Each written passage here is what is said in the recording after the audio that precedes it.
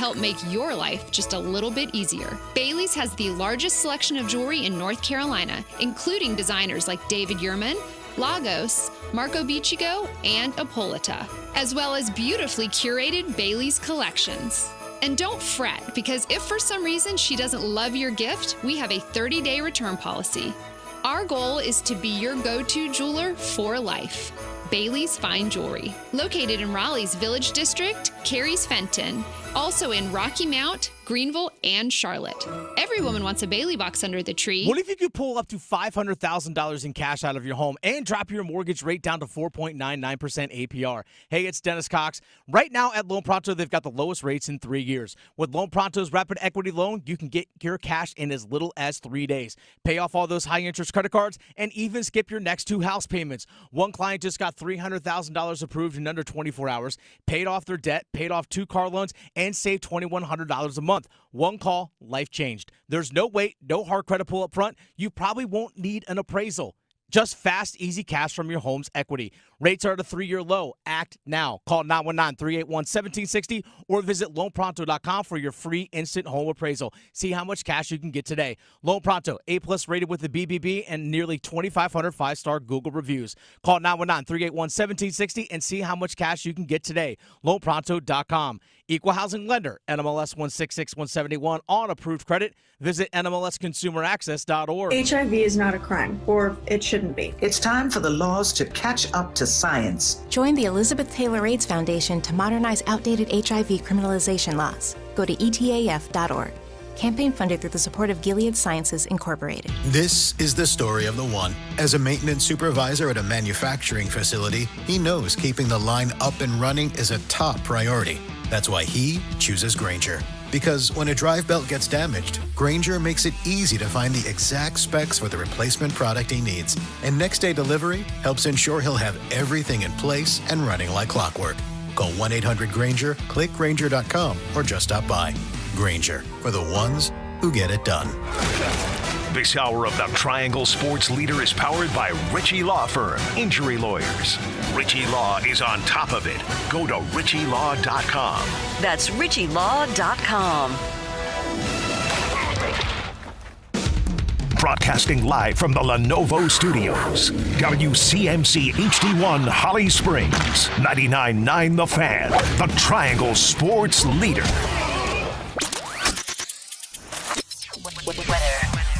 I'm WRAL meteorologist Elizabeth Gardner. Partly cloudy skies out there for us this afternoon. Feeling comfortable, but cooler than yesterday with highs in the low 60s. We're about to take a weather roller coaster ride. We're warmer tonight at 50, but we'll see cloudy skies. Both Friday and Saturday, we'll be dealing with scattered rain on and off. It's warmer, 72 on Friday, but upper 70s on Saturday. Weather update brought to you by Newcomb and Company, where your comfort is their business. Visit newcombandcompany.com. 3 o'clock check of your money. Dow Jones down 121 points to 46,017. Stankoven. Shot gets through the score! Jackson Blake out in front. Walker got it through. And Blake with the redirect. And there's the one through Wallstead, and the Canes are on the board. There's a chance for Carolina. They'll score! Oh, from Svechnikov. Great transition in the middle of the ice. And Sebastian Aho, right when you need him. He gets it out in front, push it through, and they get a whistle. That should be a goal. No signal yet, but the Canes think they've scored. The Drive with Tim Donnelly on 99.9 The Fan. The Drive with Tim Donnelly, 99.9 The Fan. I did like that goal. It felt like the Canes had a secret. Nobody else knew it was a goal. The Canes were already celebrating. This is The Drive. Canes did not pull out the win. Did get a point. Shootout loss on the road at Minnesota. I'm Tim Donnelly. Dennis Cox producing the show. This is The Drive. As I mentioned, there is a theme to today's show. Ooh, a theme? Yes. It's like, it's like we're back in college, right? We have a party every Saturday. Today, it's toga night. All right. You'll have to stick around, though. The number 3 in the big 3 at 3 will reveal the theme. And then I encourage you to stick around for the rest of the show and partake in the theme. Enjoy the theme. You heard me say big 3 at 3. Let's jump into it.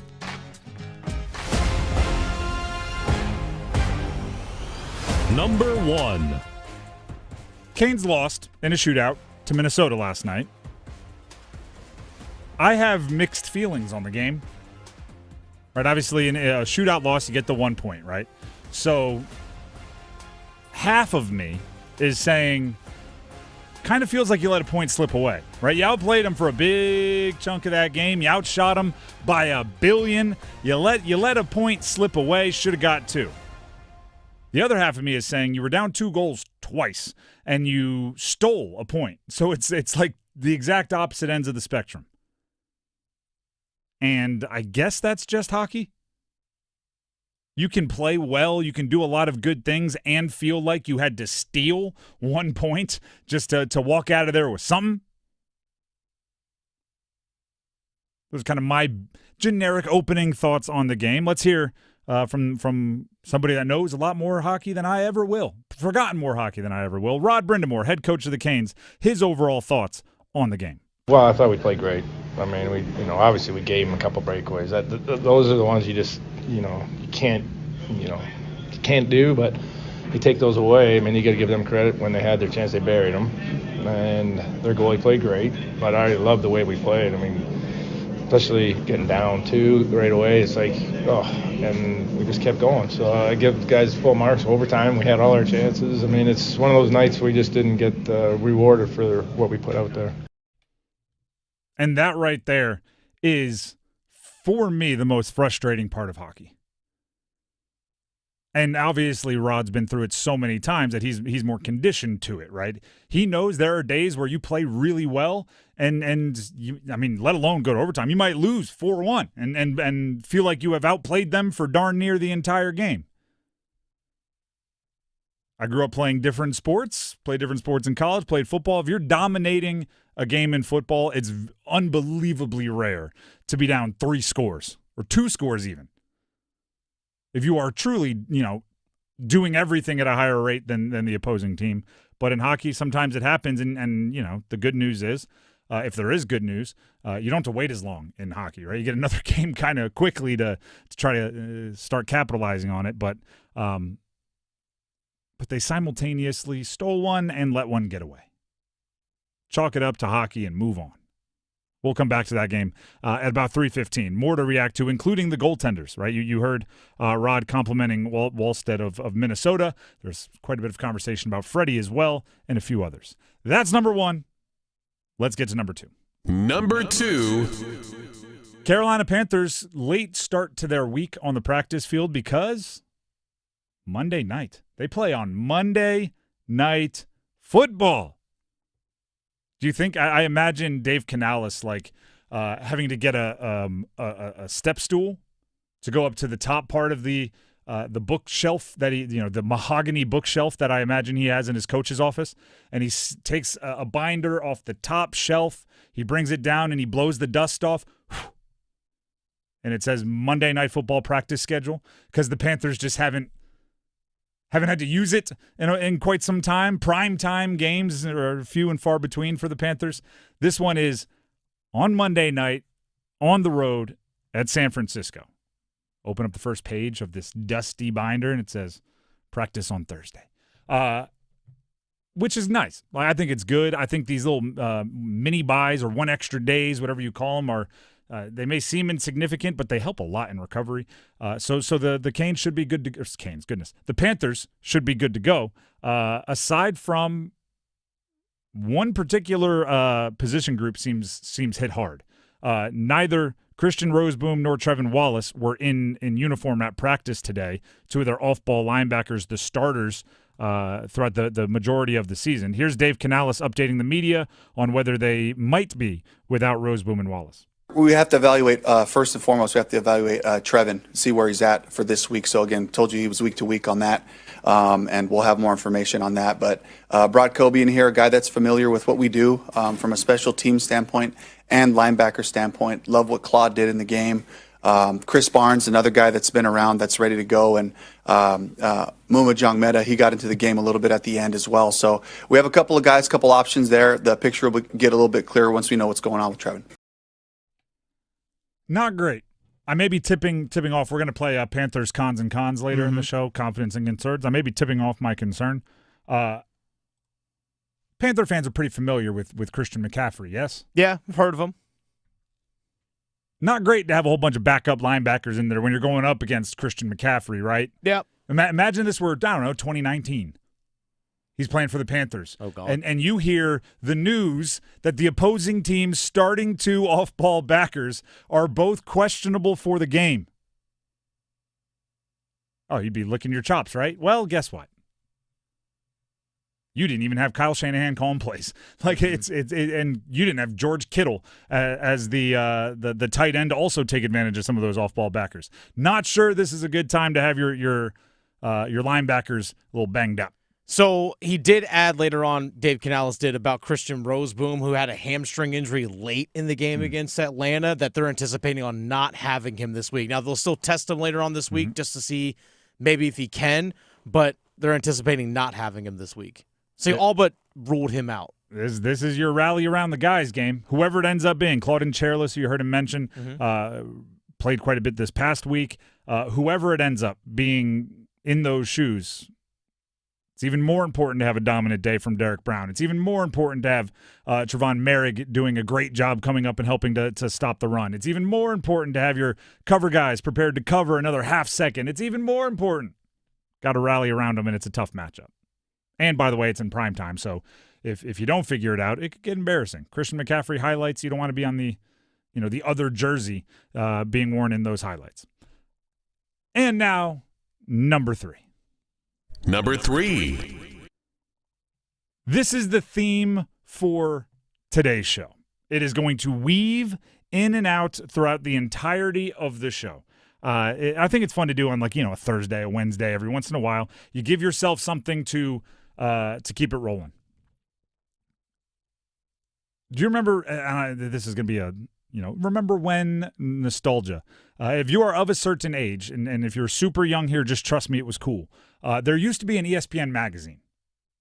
Well, first of all, if you're young, a magazine is a glossy little pamphlet that used to be delivered to your house you could read before blogs and before all these websites. You used to have to read physically. So a magazine, ESPN the magazine, used to be a thing. For whatever reason, when you signed up for it, they would send you a fleece. Remember that? I'm still waiting on mine. Go on. I used to get the ESPN the magazine for Christmas. I would get the subscription, and then I would turn around and give my grandpa the fleece for Christmas. Nice. So I'd use my free gift as a gift. Anyway, ESPN the magazine, once a year they would do what's called the next episode. And it would just say next on the front, and it would be 4 or 5 athletes that got next. And the big article, the center article with all the words written by some legendary writers would just start with who got next. And I remember the Randy Moss was one. Cordell Stewart was one. Matsui, the second baseman for the Mets, was one. Lindros was one. A-Rod was one. All of these guys, Kobe, at some point or another were in the Who Got Next episode. So I noticed, in prepping for today's show, that there are these young athlete breakouts happening all across sports with some connection to our area. Players we covered, players we watched in college, players that are in college, and players that play here in their professional city in Raleigh. So I said, all right, we're going to go next. Every time we talk about a show, we're going to say who's got next. We're going to say who ESPN the magazine of now would be predicting as a star of tomorrow. Right? You can't already have an MVP. You can't already be, a 3-time All-Star. This is who's got next. And part of the inspiration was Con Knueppel. Because Con Knueppel, as a lottery pick, a high lottery pick, was obviously, there's high expectations there. But let's not sit around and pretend that he was the one that everybody was anticipating being, rookie of the year or the most ready to contribute in a big way rookie in the NBA. His teammate, Cooper Flagg, would have been that guy, right? Maybe a few of the Rutgers guys or VJ Edgecombe from Baylor, right? They had other players that were expected to be more dynamic. There has not been a more dynamic rookie than Con Knueppel. And last night, out of Duke, playing for Charlotte's dealing with some injuries, although I believe everyone except for Brandon Miller is back. So he stepped into a bigger role. Con had 28 points on over 50% shooting, 5 of 12 from 3, 8 rebounds, 7 assists. 4 of the rebounds, by the way, offensive rebounds. 28, 8, and 7. This is a guy that wasn't supposed to be the most dynamic rookie. And I think right about this time, I think he's played 15 games in the NBA. I would say about half that when he was at Duke, probably about 7 games, right, because they have a shorter season. Everyone had the same realization. When you watch Con Knueppel play, or when you watch Con Knueppel get ready for a draft or something, it's okay to say it. You look at it and you go, I don't know if he's explosive enough for this. Right? He doesn't jump very high. He doesn't look like the guys who are the top prospects. And I remember 5 games in at Duke, it was like, oh, none of that matters. He's going to be just fine. Everyone's having that exact same NBA reaction right now. It's like, oh, yeah, we were wrong. Look at that. He's getting his shot when he wants it. He's not afraid to shoot with a hand in his face. He's plays at his own pace. I remember I'm having deja vu right now. At Duke, I started saying, because I had to do the big disclaimer, I'm not saying he's as good as, but he dictates pace like Luka Doncic, right? Where he gets a guy on his backside and just is like, now I can go as slow as I want. I'm just going to keep you right there where I want you. He was doing that kind of stuff at Duke at times. I did the exact, but then for whatever reason, I saw him do it at Duke all season. He gets drafted in the NBA. I'm like, I don't know if it's going to work. And now I'm like, yep, there it is. The same exact thing. I'm having the same epiphany. Con Knueppel got next. And it's probably maybe time to start thinking about got now, at least with the Charlotte Hornets. The Drive with Tim Donnelly, 99.9 The Fan. So start thinking. Who got next? Who's got next from teams that we cover or that used to play for teams that we cover? That's what the theme, the story of the show is. Who got next? ESPN Next, the magazine issue from back in the day. Who's got next on the Canes and who showed us they got next on the Canes last night, even in a loss. Stick around. To 15-year-old Harper, buying an $80 vintage rock t-shirt is a great investment. To Harper's mom, this logic has a few holes in it. So she helped Harper open a Wells Fargo Clear Access banking account. With no overdraft fees and tools to track spending, Harper's learning, one heavy metal tee at a time. However you make money work, Wells Fargo can work with that. Terms apply. Visit wellsfargo.com/deposit disclosures for fees and details. Lights are going up, snow is falling down. There's a feeling of goodwill around town. It could only mean one thing. McRib is here. The McRib season gets even more magical when you pair it with any size Dr. Pepper for just $1.49. At participating McDonald's for a limited time. Price and participation may vary.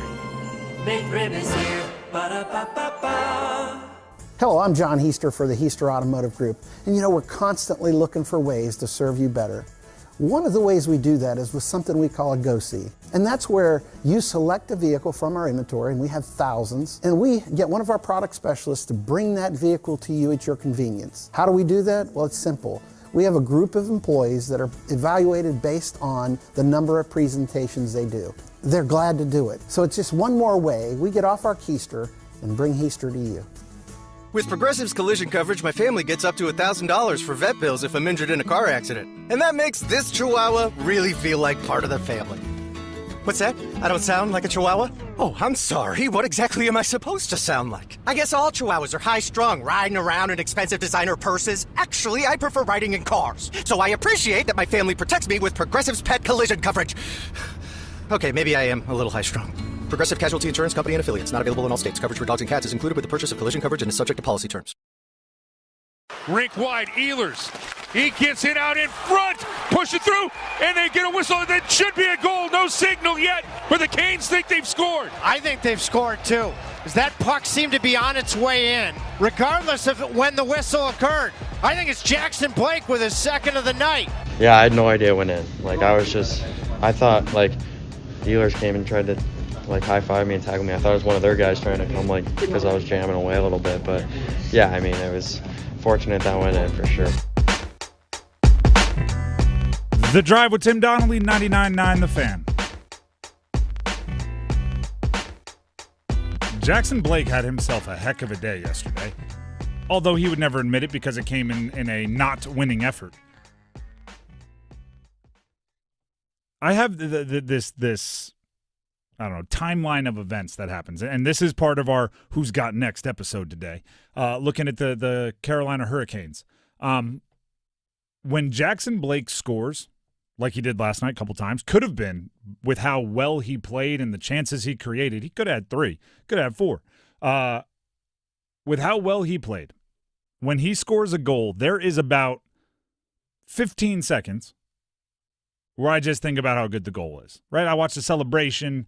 I in the interest of the one that you just heard the highlight for, I go, did he score it? Where's the puck? Let's watch the replay. And then about 16 seconds after he scores, I can't help but my imagination jumps to like 5 years in the future. And I just think about how good he could be. And I think about what happens when he reins in just a little bit of the recklessness but keeps all of the creativity. And I think about what happens as he develops more chemistry with Stankoven and Ehlers, who I hope stay on a line together for a long time. And my imagination keeps going and going and going, and then I realize they're playing again, and like the puck's already down in the offensive zone, and I gotta reel it back in. But Jackson Blake is in a, I would say, non-obvious way, because he's not, 6'3", 215, built in a lab hockey prospect. In a not obvious way, is really showing off what a ceiling might be for him down the road. His energy, his willingness to do the little things, and then on top of that, he's producing. I think he's on pace for 61 points this year, something like that. I think I read that. Yeah, it's about that. I think I read that last night. So last year finished with 34? Last year finished with 34, signs the contract extension, tack on another 25, 26, and start projecting out that that graph gets very high very quickly at that rate. Jackson Blake, after the game, gave the media his thoughts on his performance. Obviously, would have liked to put that one in overtime. That would have really capped it off. But, I thought for the most part, like as a group, we played well. And to have 2 goals in front of my friends and family, it's something you dream of. And but we got a point as a group, and I like the way we kind of finished there. I think we were hungry, so it was a really fun game. It's always fun playing at home, in front of my family and friends and stuff. So it would have been better if we got the win. There's a reverse element to a conversation we have had quite a bit in the last month going on with Jackson Blake last night. Right? Because you heard him say, really wish I would have finished that one in overtime. Right? He had the breakaway in overtime where any athlete in the history of athletes watched him and went, oh, he's dog tired. He's gassed. Their legs are 110 pounds each right now, and he was just doing everything he could to get to the finish line. I used to have to do play-by-play of cross country early in my career, and if you haven't experienced it once, you should go watch the state cross country championships of your state's high school, and watch those kids give everything they have the last 100 yards. Kids will be crawling, kids will be stumbling sideways, not seeing straight because they have nothing left. He wasn't quite there, but he was on the way. Right? He had nothing in the tank. But here's the good part of that, or the way to think of it, I guess, the angle through which I look at it. Remember when Bryce Young had all these, for the Carolina Panthers, had all these game-winning drives? And I had to sit here and be the bearer of bad news and go, if you have to have all these come-from-behind games, but you're the reason that you were behind, you're just trying to get back to even, right? You're just, it's not, you caused the hole, so I don't know how much I get digging out the hole. Jackson Blake, yeah, sure. I'm sure he really, really wanted to find the back of the net on that breakaway in overtime, right? And I'm sure when he closed his eyes on whatever hotel they stayed at last night, getting ready for tomorrow's game, I'm sure when he closed his eyes, he saw it over and over and over again on replay on what he should have done and I should have had this and should have done that. They're not in overtime or anywhere near it without Jackson Blake and the way he played. That line, Jackson Blake leading the way, Stankoven and Ehlers there with him, dragged the Carolina Hurricanes at times towards staying in that game. And I actually think there were other goal opportunities that may even be a little bit more frustrating than the one in overtime. When Jackson Blake found Stankoven down on, I think it was the second period, minute or two left, Blake was behind the net and he flipped it back to the left side where Stankoven was. I think that's one that's going to replay in their brains. But they just kept, like I could name 2 or 3 more. Like when a line has 2 or 3 more chances to take the game and they had 2 of the goals that allowed you to even be in position to take the game, that's such a good day individually, right? It's one of those days where you can't smile because the team didn't win, but deep inside you're like, I had a pretty good day. A couple plays in the highlight reel going on that one. Hope that kid that made fun of me in high school saw tonight. Like it's the hidden smile. And then this is the part that I keep reminding everybody as part of the Who's Got Next episode of the day. He's 22 years old. He's 22 years old. And it's not like the Canes are some bad team where they look to – because it happens in every sport, right? If you're bad, you draft high. You look to it like a 22-year-old young guy and go, all right, it's your team. Lead the way, right? If we're going to win games, you're going to have to drag us there. If we're going to have overtime opportunities, you're going to have to drag us there. The Canes aren't that. Canes have a bunch of dudes that should be dragging them to overtime.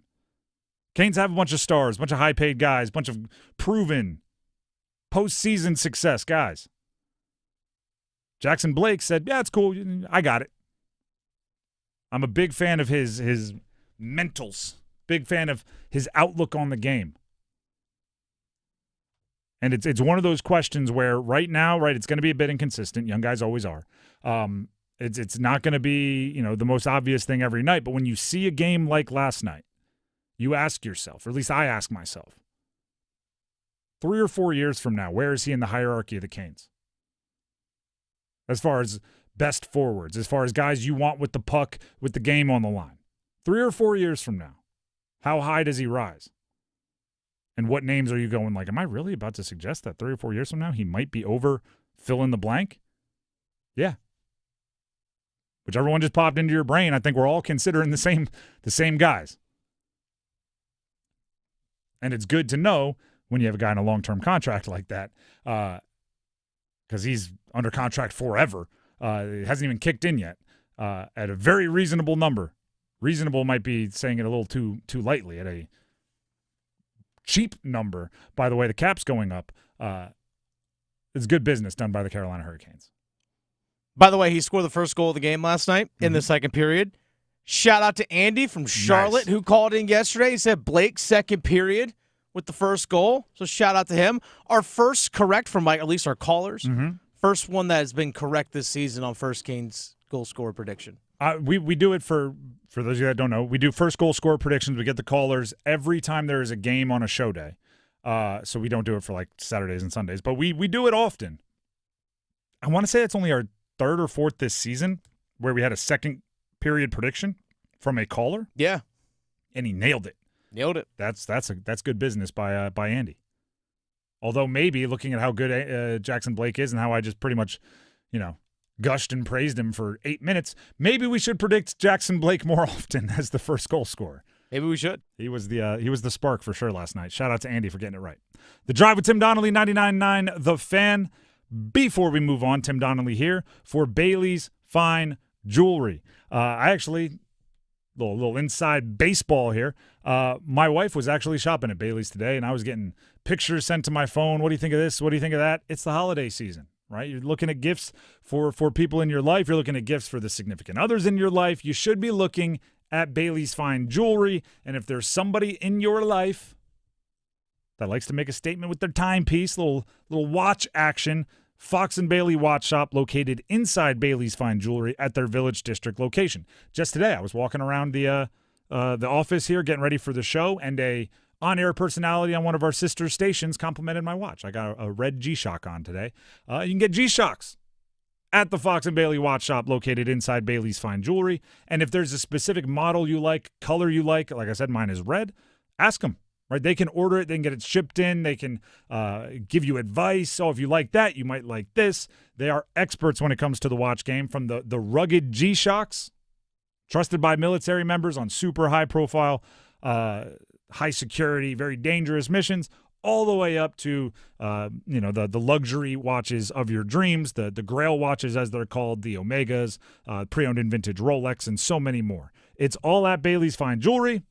And when you stop in, ask about the Fox and Bailey Watch Shop and let them know how you heard about them. And then that would be from me, Tim, right here on 99.9 The Fan. We have 2 minutes of gold, Adam Gold's reaction to last night's shootout loss for the Canes, and the Dean's List, and they'll be coming up next.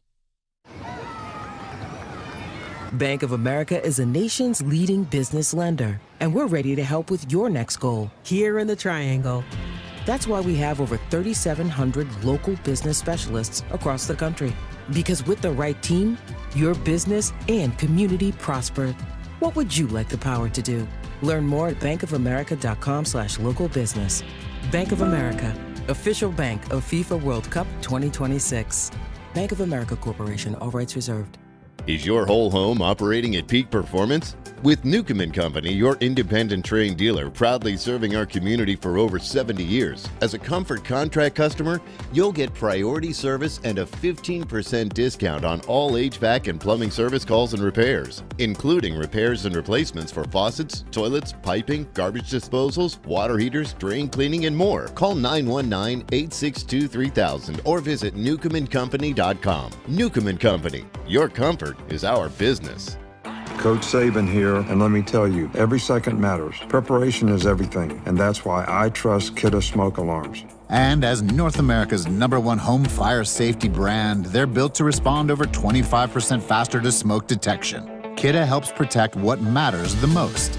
Find it at the Home Depot. How doers get more done. #1 claim based on total household installations as of December 2023. 29% faster average smoke detection based on internal testing of smoldering wood fires for Kidde 9th edition versus leading competitor 8th edition product. Workdays can be unpredictable, but your workwear shouldn't be. With a Cintas Apparel Plus program, you'll have freshly laundered garments for everyone on your team delivered every week.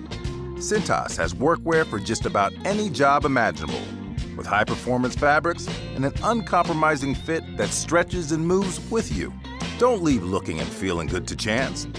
Visit Cintas.com. Oh, I'm ready! And get ready for the workday. I'm attorney Brian Ritchie. Getting hurt in a car wreck comes with all kinds of stress and frustration. But when you call me, I'll be on top of all of it. So all you need to worry about is getting better. If you've been injured in a car wreck, I'm on top of it. Contact us at ritchielaw.com. Williams at the left wing. Spins off of Ward to the basket, finds himself open. He boxes Ward out with the ball and banks it in. Darian Williams that time used his body and used his strength and got right to the basket and was right there for a layup off the spin. The Drive with Tim Donnelly, 99.9 The Fan. Who got next? One of my favorite questions to ask. And we're going to be asking that throughout the show. For the Carolina Hurricanes, certainly seemed last night like Jackson Blake is making his case to be one of the next athletes for the Carolina Hurricanes over the next 3, 4, 5, 6, 7, 8, 10 years. For more reaction to that game, which was an shootout loss for the Canes on the road at Minnesota, here is our very own Adam Gold with 2 minutes of gold. Hey, it's Adam Gold, and I've got 2 minutes for 2 goals and way more than 2 other opportunities to get Carolina 2 points. And it's all brought to us by Parkway Sleep Health Centers. If you are struggling to get the sleep treatment you need, you shouldn't have to wait for better sleep. I need it after last night's game started at nearly 10 o'clock Eastern time. What are we doing? We're in Minnesota. All right, I'm sorry. Speaking of Minnesota, Jackson Blake had about 80 tickets set aside for friends, family, former acquaintances, maybe ex-girlfriends, I don't know. And let me tell you, people, that dude put on a show. A little one-touch, but Middleton gives it away. Carolina sets it up. Blake shot hits the post. Okay, that one didn't go, but the next one did. Stankoven. Shot gets through the score! Jackson Blake out in front. Walker got it through, and Blake with the redirect. And there's the one through Wallstead, and the Canes are on the board. Oh, this line has been all over it all night long. And then we get to the third period. Somehow, even though Carolina was dominating the game, they still hadn't gotten even until Blake happened again. Gostisbehere keeps it in. Rink wide, Ehlers.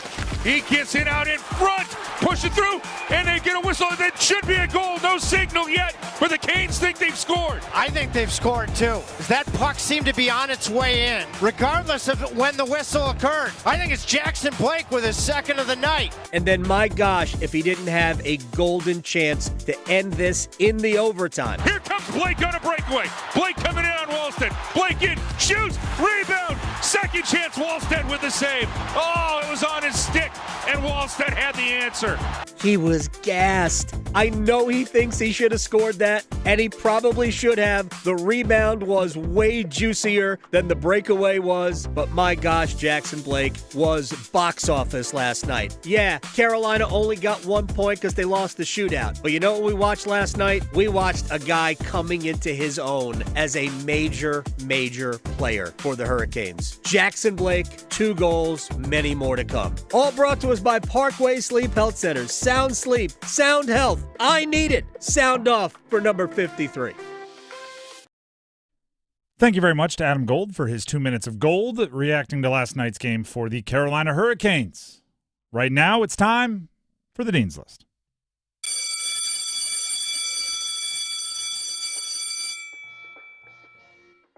In true fashion of having a themed show, I will have a few players next themed here in the Dean's List that could have next in different forms or fashion in the triangle. But before we get to 1 or 2 or 3 of those, I'm preemptively nexting. Or I'm preemptively Dean's listing should be the way I'm going to say that. Okay. I'm throwing Wake Forest for verse number 15, Texas Tech tonight. Wake Forest men's basketball. Okay. ACC needs a win, Wake. Need a good performance. Need to start racking up those conference trophy victories. So when we're hunting for NCAA tournament berths later, we have a good record against the opposing really good teams in the country. You're playing Texas Tech, number 15. They got deep pockets, but Wake Forest has grit. And there's not a ton of games on tonight, so people may be watching. So there you go. I need Steve Forbes and the crew, Juke Harris. Come on, give me something. Don't make me look bad. I want to have you on the Dean's List tomorrow is what I'm saying. More Dean's List, and this one builds into our Who's Got Next theme of the day. Nate Shepard, Duke running back. Okay. Freshman. Mm-hmm. ESPN, which, by the way, ESPN Magazine, inspiration for the theme, they put out an article titled Where College Football's Top 20 Freshmen Rank After 2 Months. Okay.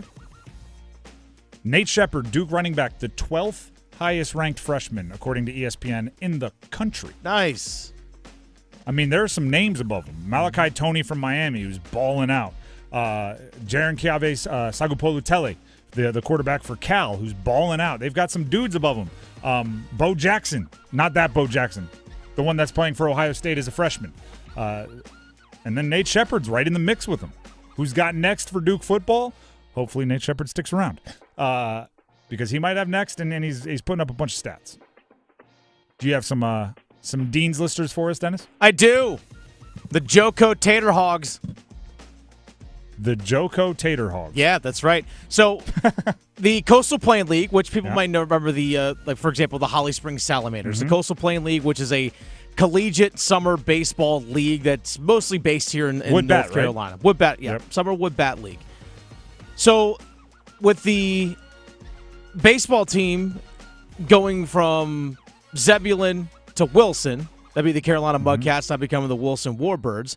Well, the Wilson Tobbs of the Coastal Plain League actually announced yesterday that their team is actually going to relocate to Smithfield and take on a rebranded name as the Smithfield Tobbs, and an alternate idea of the Joko Tater Hogs. much like we've seen with the Morehead City Marlins, sometimes maybe going like the Morehead City Motorboaters and things along those lines, changing up their name a little bit. Well, to kind of blend in the nature of sweet potatoes as well as pulled pork in the state of North Carolina, the Joko Tater Hogs. I need Joko Tater Hogs merch right now. I don't need to know how to say it. I'm not going to lie. The logo actually is really cool. But the Tater Hogs, I think they should just be the Joko Tater Hogs permanently. Have you seen the movie The Founder? It's Michael Keaton about the founding of McDonald's. McDonald's, yeah. There's a point where, like, halfway through the movie, it's one of those, like, eureka moments. It's all about how McDonald's became the behemoth in fast food that it is. Where he goes, like, somebody tells him, you think you're in the burger business, but you're in the real estate business. Yeah. And it's like the light bulbs go off, and it's a big dramatic movie moment. I do think minor league baseball teams, some point along the way, somebody told them, you think you're in the baseball business. You're in the moving merch business. Yeah. Oh, yes. And it's come up with a cool logo, a funny name, do a rebrand for a week, print some cool merch, sell it nationally, and yeah, play some baseball games somewhere in there. But if you get a great logo, a great name tied to an area, put some regional flair, you can make some money on some T-shirts and hats now. Joko Tater Hogs. And I need it. People are going to buy some Tater Hogs merch. I need it. I don't know if I want to even ask for the to see the logo. What does a Tater Hog look like? It's actually it's a pig, kind of like aggressive, holding a baseball bat, but it's also taking a bite out of a sweet potato. Okay, it's really cool. Yeah, it's kind of right on the nose, Tater Hog. Yeah. Last Dean's List here for you, and it's actually a twofer. Speaking of who's got next, well, what about who's got next to the next? Maximo Adams and Cole Clower have officially signed with teams here in the Triangle. Maximo Adams signed with UNC men's basketball. He is the number 22 overall recruit in the 2026 recruiting class, coming from California. Clower signed with NC State, 29 overall in the 2026 recruiting class. He is a North Carolina native, although I do believe he transferred to IMG Academy, a sports behemoth down in Bradenton, Florida. But he'll be coming back home to play his college ball for NC State. This is necessary for the excitement that I feel right now for college basketball in the Triangle to continue and have it every year, where you're talking about all three teams being ranked, all three teams being ACC tournament threats, ACC championship threats. All three teams could be, upper seeds in the NCAA tournament. They all have stars. To do that, you need to keep rolling, right? You need to keep recruiting. It used to be you could hit on one recruit and you got 4 years of success. You got one stud. Now you need to hit on 1 or 2 or 3 every year, so you need to keep those 4 and 5 stars rolling in. Which, by the way, 247 Sports Composite does have Adams as a 5-star. He's the 22nd overall recruit. Clower as about as high a 4-star as you can be, 29th. So they, somewhere between there is the cutoff. Either way, 2 very, very good recruits coming to the Triangle. They may have next to the next is what I'm getting at. Well, if they have next to the next, this is like a green eggs and ham tongue twister here. If they have next to the next, who now has next in college basketball in the Triangle? I'll tell you who now has next in the Triangle coming up next. Stick around. Hey, it's Paul Ihander with 99.9 The Fan here at the Salvation Army of Wake County. I'm here talking with Alma. She's the Social Services Director at the Salvation Army of Wake County. And you see people from all walks of life walk through these doors. You never turn anybody away. We always open our doors for anybody, any family that is in need of shelter. And as Salvation Army, when we talk about needs, we are not only talking about the needs of shelter families, we also do pantries to the community. We also have advanced health clinic on our site for the clients and for our community. We also have coat drive for our clients and for the community. Anybody in need of hot meal can come to Salvation Army and receive food. We also do that. So we do it all. You can help out Alma do her job. You can help the Salvation Army of Wake County do their job. Text GIVE, G-I-V-E, 919-860-5326. Or go to teamuptogive.com to donate. Our state's future begins with our students. That's why the North Carolina Education Lottery has contributed over $12 billion to education. Through scholarships, school construction, support staff, and pre-K programs, lottery dollars move our state forward, helping students become the best versions of themselves. Visit movingncstudentsforward.com and share how your student or school community has benefited for a chance to earn $2,000 for your story. Must be 18 to play. Problem Gambling Helpline 877-718-5543. Waking up, getting ready, sitting in traffic. Let's face it, getting to work in the morning is a lot of work. But when you get a great deal on your favorite McDonald's coffee, becoming a morning person is as easy as 1, 2, 3. Now get any size refreshingly cold iced coffee for $1, a delicious mocha for $2, and a frappe for $3. Available only during breakfast hours. Price and participation may vary, cannot be combined with any other offer or combo meal. Still searching for the perfect gift? Look no further. Visit Bailey's Fine Jewelry in Raleigh's Village District, Omega Showroom. Each Omega timepiece is crafted in Switzerland with legendary precision. It's iconic, timeless, and unforgettable, just like the person you're shopping for. Make this holiday one they'll never forget. Visit Bailey's Fine Jewelry today for your perfect gift. In today's world, financial wellness is more important than ever. I'm Amanda Mangum from Aspire Money Management, here to help you achieve peace of mind with your finances. Whether it's managing expenses, planning for unforeseen events, or investing wisely, we're dedicated to empowering you with knowledge and support. Take control of your financial health now. Visit aspiremoneymanagement.net to schedule your free consultation. That's aspiremoneymanagement.net. Together, we can help you pave the way to a more successful future.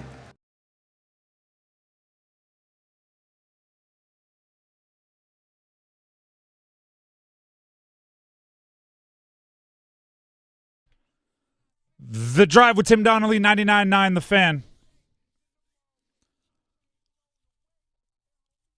So if you're just tuning in, today's show has a theme, a motif woven through the entirety of it, and it's the old ESPN, the magazine, Next issues. Who's got next?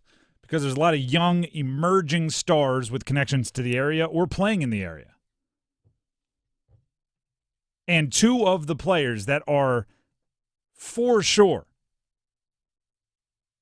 in the next category, and pretty soon will be in the now category of college basketball, but the next category for just, I think, taking over the college basketball world and maybe beyond, play for Duke and UNC, and they're brand new freshmen.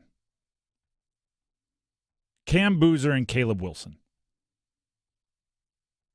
And I think it is appropriate on so many levels that they are equally interesting. Their fan bases are equally excited about them. They're equally here for like 8 months and going to leave. They're equally top recruits and all of that, but they're also so different, and it plays into the UNC Duke thing. They're going to play each other twice. There will be maybe more. There's going to be storylines throughout. And all of this started, actually, you know what, this whole next episode was kind of inspired by one particular stat that I saw about Cam Boozer. So let me go ahead and just bring it to your attention. ESPN Insights tweeted this out. So, ESPN has all their little analytics accounts and all that. ESPN Insights tweeted, Cameron Boozer is the first ACC player with at least 100 points, 50 rebounds, and 20 assists in a 5-game span since Boston College's Craig Smith in March of 2006. I read that, and I went, wow, that's 2006. It's a long time. That's pretty impressive. First guy to do that. It's crazy. And then a Duke basketball, I think it was a fan account, retweeted it and added the context. He has played in 5 career games. And that's when it sparked. I think I read it the first time as if it were Cameron Boozer's the first ACC player with 100 points, 50 rebounds, and 20 assists in their first 5 games, because that makes more sense to me. Once I saw somebody emphasize that he has only played 5 career games, I went, oh, wait a second. That stat is for any 5-game span at any point in the year by anyone in the ACC since 2006, and Cameron Boozer just happened to do it in his first 5 games. So I was like, that's outlandish. That's crazy. It's 20 points, 10 rebounds, and 4 assists per game over any 5-game span. It hasn't been done in the ACC by an ACC player since 2006, and he did it in his first 5 games. So Paulo Banchero never did it. I mean, Baycott never did it. If it were Justin Duke history, it would be wildly impressive. It's the whole ACC since 2006. Think of all of the draft picks. Mm-hmm. Think of all of the All-Americans. Think of all of the great players on not great teams who seemingly had to do everything for their team, right? Not even just the triangle, right? Those random good players that pop up at Boston College or Pitt or wherever, and it's like, nope, never did it. Michael Carter-Williams from Syracuse averaged like darn near a triple-double in the NBA as a rookie. He didn't do it at Syracuse. So I was like, all right, let me go see. Like Boozer, that's Duke's stud freshman, top 5 recruit. Let me swing over here to Caleb Wilson. Caleb Wilson for UNC has also played in 5 career games. He is 1.4 assists per game away from also hitting those totals in his first 5 games. Now, it's not as impressive using those barometers, but when you add in that Caleb Wilson has more steals and blocks, you add in that he's leading the country in dunks, you add in he's been in foul trouble at least once, you add in all of these things, goodness gracious, are these guys impressive.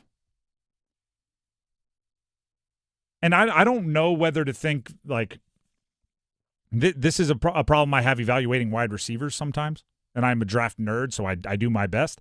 I try to, look at him in college and make my own justifications, not just go to Mel Kiper's big board and say, I like the guy who's first. Because wide receivers are becoming so much more polished early on, right? They've been playing 7-on-7 since they were in diapers. They've been running like choice routes and option routes since they were in middle school. So it's like, how much do you project them getting better? Right? When you see him as a freshman, are you like, oh, goodness, or how good is he going to be as a junior? I think basketball is getting the same way, right? You have so many trainers and you have so many AAU teams. Like, I love all the player-run podcasts. You know what I'm talking about? Like, everyone that played in the early 2000s now has a podcast, or even in the 90s. And I like the stories of when they, like, saw Tracy McGrady for the first time. And it's always like 10 minutes before he was drafted. Like, we saw him at one camp before he was, first-round pick. Because back then, you played your AAU within like a 2-hour bubble, right? And you'd hear maybe about, great guys elsewhere. The ABCD camp, maybe everybody would get together and see each other. But now it's like, the top 10 recruits play each other like 15 times a year, right? You're at the EYBL, you're in all the all-star games, you're on Team USA. Like, they play a super high-level competition often. So part of me wants to go, goodness gracious, Cameron Boozer, Caleb Wilson, a few other guys across the country have shown up, and they're 20-10 out the jump, right? 20 points, 10 rebounds the moment they step on campus. Should I project that there's this other level for them to get to if they continue improving, or is that level that other guys throughout college basketball would reach their junior, senior years, would that be because they showed up with raw talent and no polish and had to develop into it, and these guys are being, buffed, polished, and perfected starting at 7? I don't know, but I like to let my mind wander to there's another layer for these guys. There's another level that they can get to. Because like 20, 10, and 4 in your first 5 games. Do you have 27, 12, and 6? Like, is that in there somewhere? And not all of their games have come against scrub competition either, for both guys. No, but also all of the greats that we know played against scrub competition for 5-game stretches in their career as juniors, right? Yeah. Like it's It's not like we're comparing them against a bad schedule to other teams against top 10 guys. Like it's not that. They had their entire career to do this. They hadn't done it since 2006. And then you add in the temperaments, right? Part of what I said is I love that they're different, right? I love that they're unafraid. I love that the story that's taken Cam Boozer to mythical proportions in the early part of his career is his first game against Texas, where he goes scoreless in the first half, and John Shire calls him soft, and he goes out and has 15 in the second half. I love that he's mentally tough. I love that Caleb Wilson is playing well, and because of that, he's drawing attention, and he's not afraid of it. Matter of fact, Slam, remember Slam? We're talking a lot of magazines today. ESPN, the magazine, Slam. Slam's still around, mostly online, but they still put out their covers because they're iconic, right? Think of I think of a Kevin Garnett one I can remember, the Allen Iverson one I can remember, right? There's some iconic Slam covers. Caleb Wilson is on their cover, digital, but still. And there's a interview they put out along with it, and Caleb Wilson does not shy away from lofty expectations. We have some of that audio for you. Here's Caleb Wilson talking to Slam.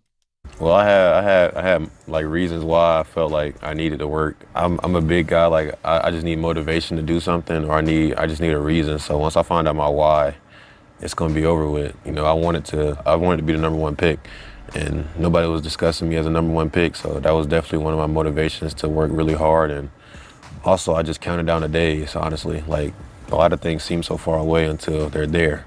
So I knew when we was 100 days away. I knew we were 60 days away. I knew we were 1 day away. I approached it all the same way. You talked about wants to be the number one pick. That's not talking in coach speak. That's not, well, I want to do the best I can and hopefully the NBA sees my potential. No, I want to be the number one pick. And later on in that same interview, we talked about being the best player in the country. Here's that audio. I just go out here and I just play as hard as I can. Because at the end of the day, basketball is a team game. It's not an ISO game. It's not one person can win. So I never approach the game with my own team as like, this is all about me or this is what I have to do to win. It's more like I'm just going to go out here and play as hard as I can. And I never really have expectations when I go out and play, which is something I really worked on mentally over the summer, just kind of clearing my mind and not having expectations so I can play free and clear. But I just want to be a dog. Like, I want respect from everybody. Like, I feel like I'm the best player in the country. All I can do is go prove it. If nobody else believes it, all you can do is go prove it. And somebody's still not going to believe it, and that's what motivates me until everybody will, but that'll never happen. Best player in the country. Trying to speak it into existence. There is going to be star-making performances from both of those guys throughout the season, and I hope there is a classic battle in there somewhere. I hope there's a Duke-UNC game, a UNC-Duke game where they both score 30. I hope there's an ACC tournament game in there somewhere. I hope.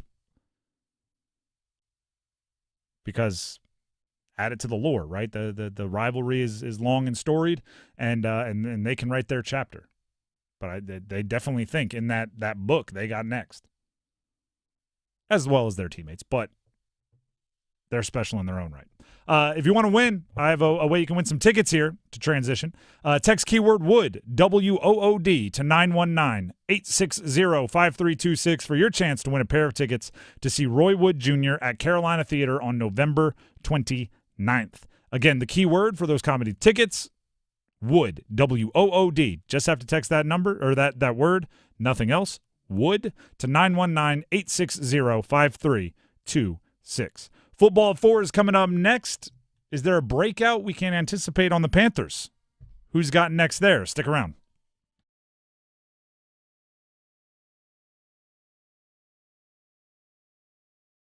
This is Gordon Miller from Miller Lending and Cary. With the Federal Reserve cutting rates, the most frequent question we get is, do I wait for rates to go lower, or should I take the savings and just act now? At Miller Lending, we toss all the timing questions aside with our popular no-cost program. With no fees charged or added to your loan amount, you simply close on today's rates and refinance again as rates fall. With many economists predicting rates in the 5s next year, why pay upwards of $15,000 to $20,000 in closing costs just to get a rate you may get for no cost next spring?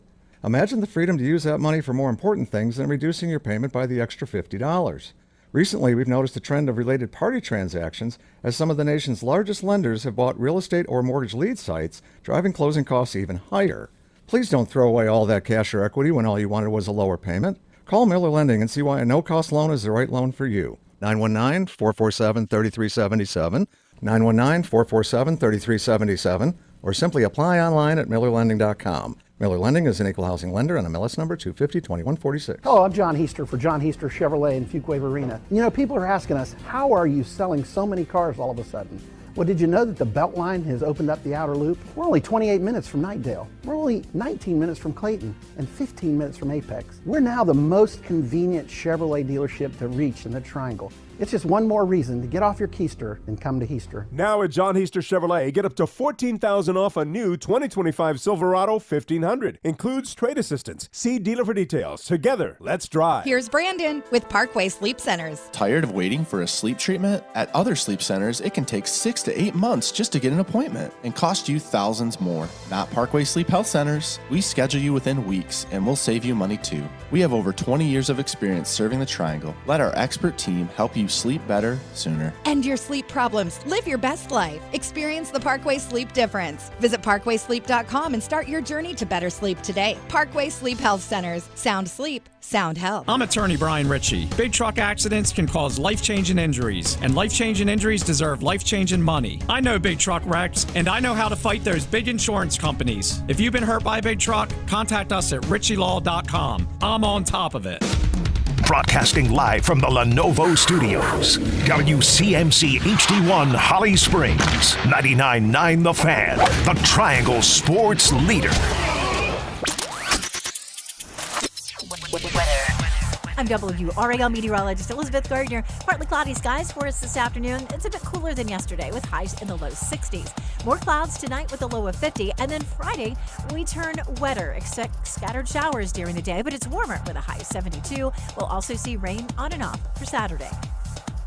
Weather update brought to you by Newcomb and Company, where your comfort is their business. Visit newcombandcompany.com. 4 o'clock check of your money. Dow Jones down 376 points to 45,762.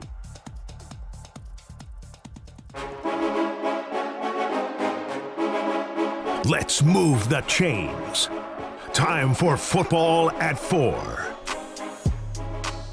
Football at 4 here on The Drive with Tim Donnelly on 99.9 The Fan. Speaking of football, there's a Friday night football game in Raleigh tomorrow. We'll be there. We'll be outside Carter Finley Stadium for the show tomorrow live, getting ready for NC State hosting Florida State tomorrow. Nice. Night game. We'll be out there hanging out. Stop by, say hi if you're tailgating. Bring in some food.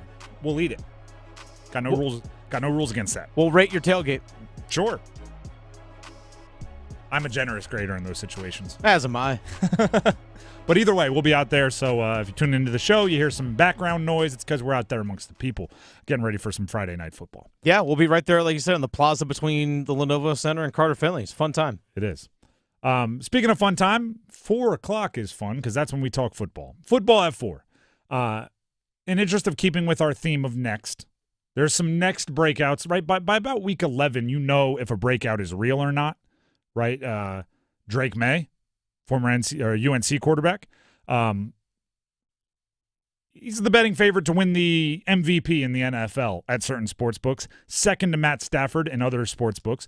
But either way, second year in the league, team drafted 4th overall last year to be the MVP or one of the MVPs through this part. I'd say he's got next. He might got now. The Panthers. Here's how I'm going to phrase this question.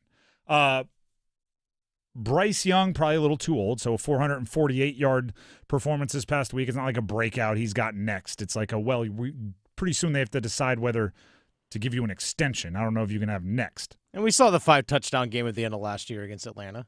That were too many Banana. Is Teteroa McMillan broken out, right? Like I think he's proven it at this point. It's in the kind of a little bit of the Drake May category where it's like, no, it's established now, right? You're not next. You're number one wide receiver in the NFL. What is he, 6th in the NFL in receiving yards? You're there. So the question for the Carolina Panthers, and this is a question that should be asked of every team as often as possible, is where's the next breakout coming from? Right? You never go, all right, we have our stars, we're good. You go, we have our stars, who's the next diamond in the rough that might emerge? Who's the next guy that might be a Pro Bowler, an All-Pro? Who's the next guy that might require a gigantic contract? Especially if you're a GM, you need to be preparing for those things moving forward. So is there another breakout out there? I am taking Teteroa McMillan off the table because if I asked everybody, like, who's got next as the face of the Panthers, I think a lot of people would just throw out Teteroa McMillan, and I don't like making it easy for you all. I have some names written in front of me, and I want to talk them out. Nick Scorton. Is he due for a breakout? Or, by the way, Nick Scorton, second-round pick, edge rusher for the Panthers, playing more and more, playing well. At times, he's been really gosh darn good. He also is the player, for those of you that have forgotten, after the Saints game, called out he and his teammates for not having a good practice week, called it lackadaisical. So you might recognize him a little bit. Is he next for the Carolina Panthers? I know my answer. Dennis, do you have an answer for Nick Scorton? I say yeah. Okay, explain why. I think it's because we have seen him continue to progress as the season has gone along. Early in the season, limited number of snaps, but he's gotten more repetitions, especially now with DJ Johnson got released, Pat Jones being injured. So the opportunities have just been there. I actually thought the Saints game was his best game that he has played. And again, you're just seeing him getting in the backfield more and more. I think we are going to see a sack and a half, 2-sack, forced fumble type of game from Nick Scorton here possibly real soon. I hope I'm wrong with this. And he is an exceptionally young player as far as like age. So there's definitely room for him to prove me wrong. Yeah, he's literally just turned 21. I think he might be a player who is extremely high floor but never gets the flashy, like he's never a 12-sack guy, but he might be a 7-sack guy for 10 years. Yeah. And the advanced analytics like him a little bit more than the flashy stats. Like I'm holding him back. I hope I'm wrong. I hope he has 14 sacks next year, and you play this back and go, ha ha, and I'll go, yeah, let's laugh at me. That's awesome. But I'm just not sure he has that it factor or whatever you want to call it to go above and beyond. What about Jalen Coker? I'm flowing him out there as a could he be a like super legit out of nowhere number 2, kind of and I know people will get mad because it's like a direct comparison to a guy who he might be replacing. But do you remember when Adam Thielen popped out of nowhere? And then Stephon Diggs showed up, and it was kind of like you had this former 5-star recruit, Stephon Diggs. Granted, he was like a 5th-round pick, but he was one of those, like everybody knew the talent very early on, went to Maryland. And then you had Minnesota State Mankato, Adam Thielen, and it was like they do it so differently. One appears to be so much more kind of logical in their production, but they're both putting up 1,100 yards plus, and it's like a 1 and 2. Could you see Jalen Coker sliding up into that? Well, we saw Teteroa McMillan coming from a mile away. We didn't see Jalen Coker coming from 10 steps in front of us, but yet they are like an obvious number 1, number 2 in a good passing game. Could you see it? I could see it. Okay. All right, good. Absolutely. All right, we're there. I can 100% see it. I'm not ruling him the answer, but he's definitely in the running. I'm also putting this one out there. Jimmy Horn Jr. Not because I think he's like the best player in the world, but I think his plays, if they were to work, are very highlight worthy. Right? They like he's not going to score, 15 touchdowns receiving, but he might have 5 and all of them are memorable. Right? It might be a punt return, deep ball, like just straight flames out of his cleats. Like he's just built for highlights, and in a highlight culture where, a lot of people watch the games and a lot of people wake up and just search the name of the player on Twitter and watch the 30-second clip. I think Jimmy Horn Jr. has some of that. Could it be someone in the secondary? Shaw Smith-Wade, Corey Thornton If he played well this past week, kind of real first opportunity this year. Lathan Ransom, do any of those? I'm like, who's the O's the mentalist? You know, the guy that does all the prediction. And he goes like, think of the person. 1, 2, 3, 4, 5, 5. Okay, it's 5, right? You're trying to like.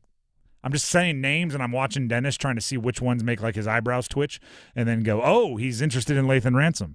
Did any of those names that I just mentioned do anything for you as far as potential future breakouts? Who's got next? None that really stick out. The only one I could potentially see, maybe not this year, but next, if they decide to make a change at corner, is Corey Thornton. Mm-hmm. If they decide to move on from Mike Jackson, maybe like we can get a little bit less expensive at corner and put Corey Thornton there. Maybe I could see that. I mean, that, or there's an injury that happens this season. That's the one I could potentially see. I know Shaw Smith-Wade had that pick 6 against the Falcons early on in the season at Bank of America. But I don't know. I mean, it felt like Trayvon Merrick had his big game already, but he's 5 years into the NFL. Yeah, I don't know if he's I can count broken that. out. He's good. I feel like if there's one, it potentially is Corey Thornton. Yep, I agree with that. I do think you're right as far as that. It almost is like they'd have to move on from Mike Jackson and bring in somebody to start who doesn't work. And then they're like, well, let's give Corey Thornton. Like, he needs some help to get the opportunity, but he's been good in the opportunities he's been given this past week amongst them, right? He pops up on a lot of lists. But I'm gonna Jalen Coker's still in the running. Jimmy Horn in a different way. But I think I know where I'm going. Okay. And I'm going to cheat. All right. I think it comes out of the tight end room. And I'm intentionally not saying a name because I have no clue which one it's going to be. Like the 54-yard catch by Tommy Tremble felt like, whoa, didn't know he had that in his bag of tricks. Mitchell Evans is somebody who I think if he becomes a 30% better pass catcher, he becomes like the cult figure. He has like some, Paul Bunyan-esque tendencies where just because he's of his size and blocking ability, people will start throwing Gronk's name out, even though it doesn't make any sense to compare him to Gronk. But I think he could be a guy just because he blocks well, and I could see him catching a lot of touchdowns just because, you put your heavy lineup, your jumbo lineup in down there on the goal line, play action, he's running. I could see him being like a 9-touchdown guy down the way if things go well. And then I'm still high on Jatavian Sanders. I'm not giving up. I think he runs wide receiver routes and he's a tight end. You got to be able to play call that open. He's one of my guys before the draft, and I'm not giving up. There's potential there. If it comes out of the tight end room, I think has breakout potential is what I'm getting at. I don't know if we can count Tommy Tremble for the simple fact that he's in year 5. If we're gonna, if we're gonna discount like a Trayvon Merrick or something along those lines. But except his role has been so you can break out from being like a third stringer to, I guess. Trayvon Merrick is he makes $17 million a year on a free agency deal. Like he's established. Bryce Young was the number 1 overall pick. If you can't slow roll it as the highest paid player in the second highest paid player in your secondary or the number 1 overall pick. Meanwhile, if you're Tommy Tremble, you weren't. I don't think he was ever in the plans to be like a star. You know what I mean? Mm-hmm. So I'm putting him in there. Mitchell Evans, Jatavian Sanders, or Tommy Tremble is my official answer. And yes, I admit I cheated. We did see some of those flash games, those flash moments from Jatavian Sanders last year. But I remember he had that neck injury against the Kansas City Chiefs and stuff that kind of slowed him down a little bit. But I remember the game against the New Orleans Saints where he had.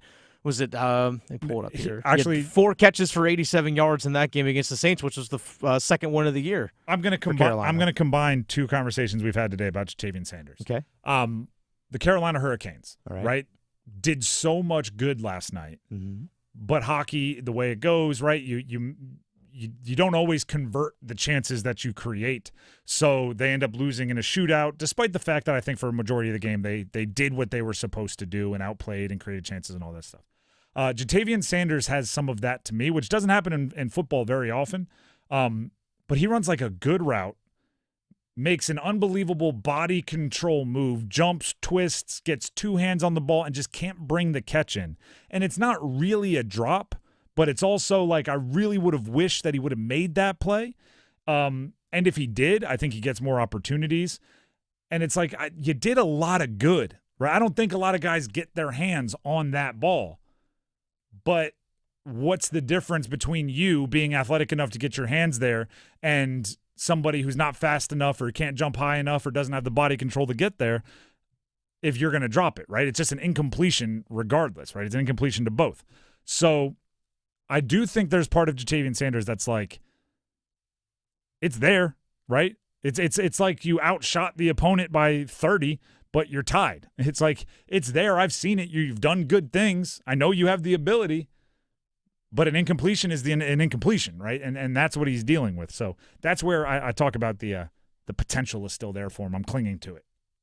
I will say my real estate on Sanders Island, I've lost some neighbors recently. Like a lot of people moving off the island, but I'm building something permanent. I'm not putting up a tent. The Drive with Tim Donnelly, 99.9 The Fan. That is football at 4.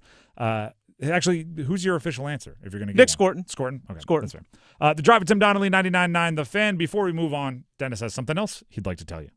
That's right, I do. Dennis Cox here for Loan Pronto. Folks, what if you could pull up to $500,000 in cash out of your home and drop your mortgage rate down to 4.99% APR? Right now, Loan Pronto, they got the lowest rates in 3 years. With Loan Pronto's Rapid Equity Loan, you can get your cash in as little as 3 days, pay off all those high-interest credit cards, and even skip your next 2 house payments. One client just got $300,000 approved in under 24 hours. They paid off their debt, paid off 2 car loans, and saved $2,100 a month. One phone call, life changed. There's no wait, no hard credit pull up front. You probably won't need an appraisal. Just fast, easy cash from your home's equity. Rates, they're at a 3-year low, so act now. Call 919-381-1760 or visit loanpronto.com for your free instant home appraisal. See how much cash you can get today. Loan Pronto, A+ rated with the BBB and nearly 2,500 5-star Google reviews. Call 919-381-1760 and see how much cash you can get today. Loanpronto.com. Equal housing lender. NMLS 1661781 on approved credit. Visit NMLSconsumeraccess.org. The Drive with Tim Donnelly, 99.9 The Fan. When we come back, Panthers, cons, and cons. What are you most confident? What are you most concerned about when it comes to the Carolina Panthers? And we hear from our resident NFL quarterbacking insight giver all about Bryce Young. Mike Glennon joins the show as well. Stick around. Move your sports day forward. The harvest of the transfer portal and recruiting has proven dividends for all of the Triangle College basketball teams. And I'm also including NC Central in that conversation. I see you, Gage Lattimore. Is it sustainable for all of them? Right now, it's easy to recover from the stumbles, but you want to make sure you don't fall flat on your face. Get set up. Join Next Up with Paul Ihander. Mornings at 9 on 99.9 The Fan, the Triangle Sports Leader. Holiday scratch-offs, what a gift. It lets them dream just for a bit. Ski trip, cruise ship, sports car, pristine yard, courtside seats, fancy meets. Holiday scratch-offs can't be beat. Give the gift of what if from the North Carolina Education Lottery. Must be 18 to play. Approximate overall odds of winning range from 1 in 3.19 to 9.95. Problem gambling helpline 877-718-5543. Now that I'm a dad, I can't stop thinking about what would happen to my kids if something happened to me. Like losing the house or not affording college. Yeah, that used to keep me up at night too. It's why I finally got life insurance from Ethos. It's 100% online. No medical exams, just a few health questions. I got $2 million in coverage for around $2 a day. I never realized it was that simple. Get your free quote at ethos.com/game. That's ethos.com/game. Rates may vary. Bill monthly. Sample rate 10-year term life policy for a 35-year-old healthy non-smoking male. Actual price will depend on product and subscription plan. Featured products are compounded drug products, which the FDA does not approve or verify for safety, effectiveness, or quality. Prescription products require an online consultation with a healthcare provider who will determine if appropriate. See website for details, restrictions, and important safety information. Want a boost in and out of the bedroom? Hims has you covered. Introducing a new 2-in-1 approach to level up your game. Tadalafil for better bedroom performance and zinc for testosterone support. Turn things all the way up and find affordable treatment options at up to 95% less than brand names at hims.com/joy. That's hims.com/joy. Lights are going up, snow is falling down. There's a feeling of goodwill around town. It could only mean one thing. McRib is here. The McRib season gets even more magical. when you pair it with any size Dr. Pepper for just $1.49. At participating McDonald's for a limited time. Price and participation may vary. McRib is here. Ba-da-ba-ba-ba. Every season can be punishing for your roof. Mother Nature is a fierce opponent that doesn't take a break, which is why you need RoofWorks on your building maintenance team. Hi, this is Holly from RoofWorks. We specialize in keeping your commercial roof in great condition no matter what the issue may be. We offer roof inspections, roof repairs, and if needed, a full roof replacement. We help determine if there's a problem with your roof and advise you on the most cost-effective way to handle it. Contact us today at roofworks.com. That's roof, WERKS.com. Championship mindset, and what a great opportunity for us to play an excellent opponent, a team that I really respect. From a players and coaching standpoint on Monday Night Football. There'll be a bunch of cameras out there, a lot more action that way. You know, you get to be the show of the week, and that's something that prepares us to handle these types of situations, you know, with class and with the right intentionality and focus. And that's why we try to preach every game as a championship opportunity so that you don't all of a sudden have to get up for Monday Night Football. The Drive with Tim Donnelly, 99.9 The Fan. That the voice of Dave Canales, head coach, Carolina Panthers, talking about their upcoming game on Monday Night Football. I know coaches will always say, right, every game, treat it the same, routine. I bet you are a little bit more on top of your nonsense, right, on your business when you got a Monday Night Football game coming up. I mean, like if you ever look at the end of, maybe I'm the only media nerd that does this, but you know the charts that come out at the end of every year, top 100 broadcasts, most watched things on TV. Yeah, it's always NFL games, and it's like the Super Bowl, the playoff games, like presidential debate, the State of the Union address, the wild card games. Monday Night Football games of a bunch of different varieties, then like the Oscars, then like that's what it is. Like everybody watches Monday Night Football.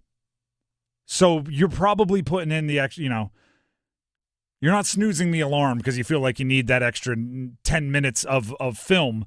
You want to get in at 5, not 5:15 to start grinding tape. You probably are on top of your game a little bit more. A bad game Sunday at 1, that's bad. Don't get me wrong. Still feels like the world's crumbling in on you. An embarrassingly bad game on Monday Night Football. I mean, your mailman is like not looking you in the eye. Like everybody sees that. So good luck, Panthers, playing the San Francisco 49ers on Monday. And with that being the setup, let's ask the old cons and cons question about the Carolina Panthers. But to play great defense, you need one thing above all else. That starts with a W. Confidence. What are you most confident in, and what are you most concerned about when it comes to the Carolina Panthers? You have to pick just one. That's the name of the game. No rankings, none of that. Have to do it. As always, I've got good news and bad news. Which do you want first? You start with the bad news. So we hit the concerns first. Dennis, lead us off. What are you most concerned about for the Carolina Panthers? It's the lack of consistency with their offense. That's my biggest concern. So yes, you had the 448-yard performance by Bryce in the passing game. That was great. It was absolutely fantastic. It's only the second time this season they've gone over 200 yards passing. And we've also seen some massive breakout games from Rico Dowdle this season.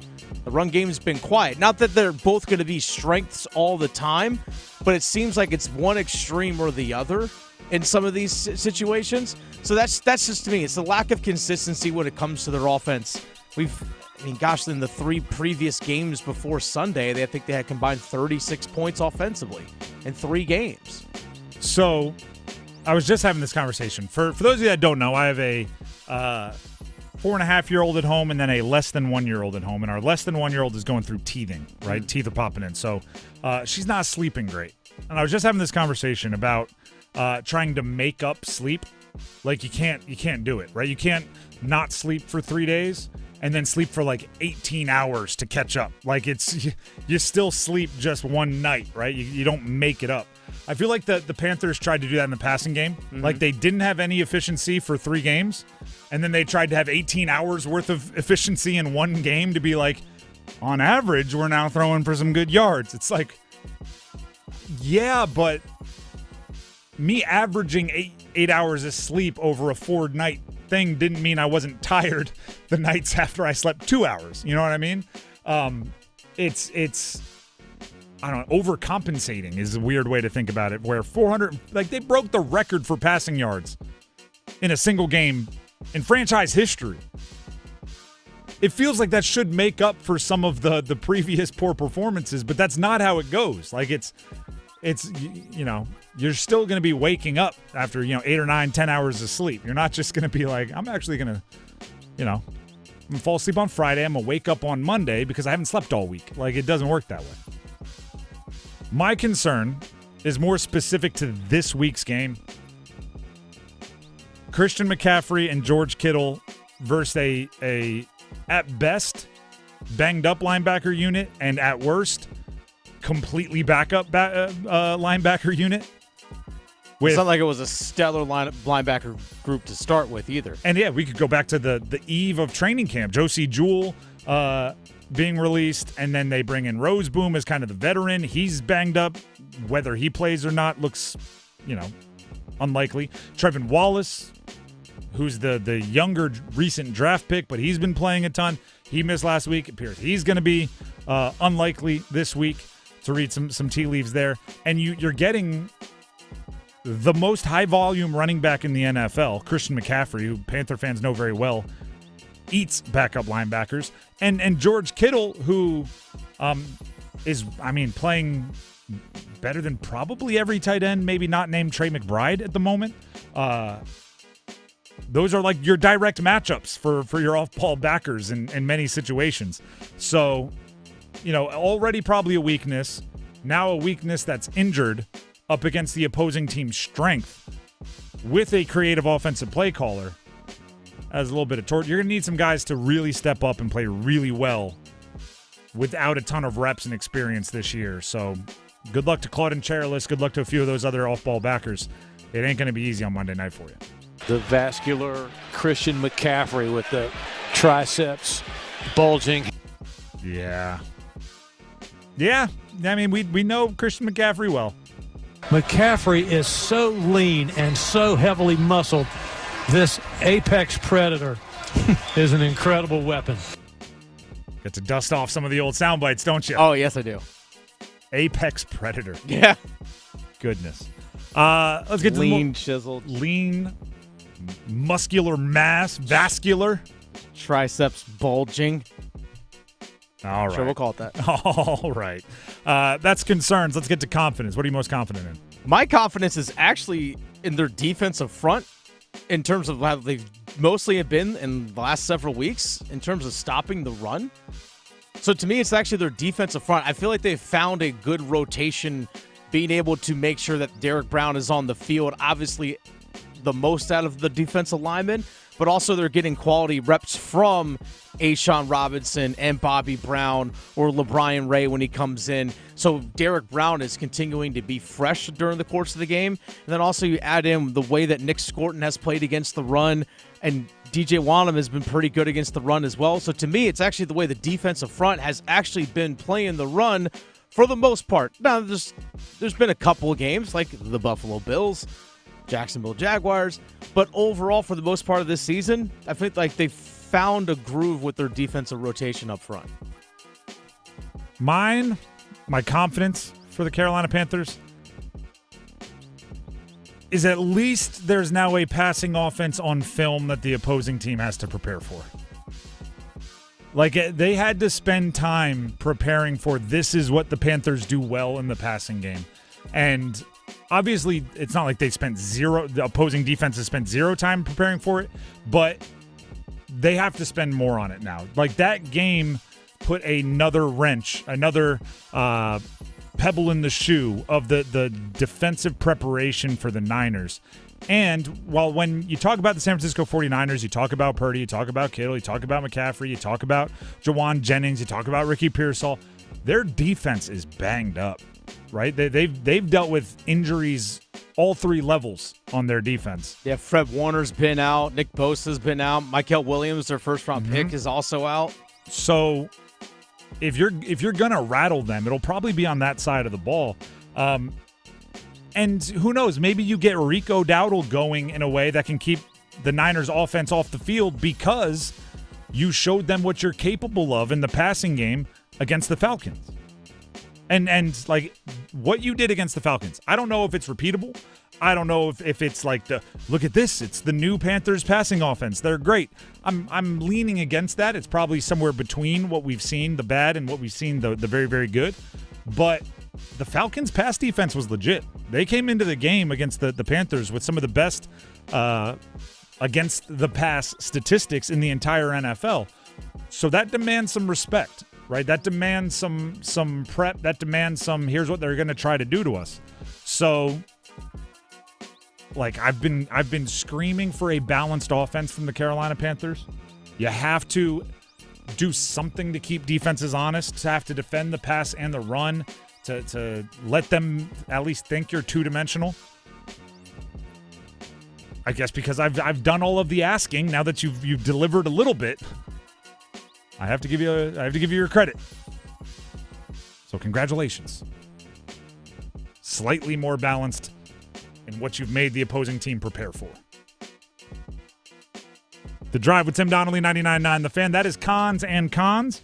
Every Wednesday we do Hurricans and Cons about the Carolina Hurricanes during the hockey season. What are you most confident in, concerned about for the Canes? Thursdays we mix it up. We do Panthers. We do some of the college teams, basketball. We mix it up. But whenever we play Cons and Cons, if you want to participate, you can always jump into our YouTube live stream comments, 99.9 The Fan on YouTube. Hit up the live stream. You can jump in the comments with what you are most concerned or what you are most confident about when it comes to whatever team we're playing the game with today. So 99.9 The Fan on YouTube.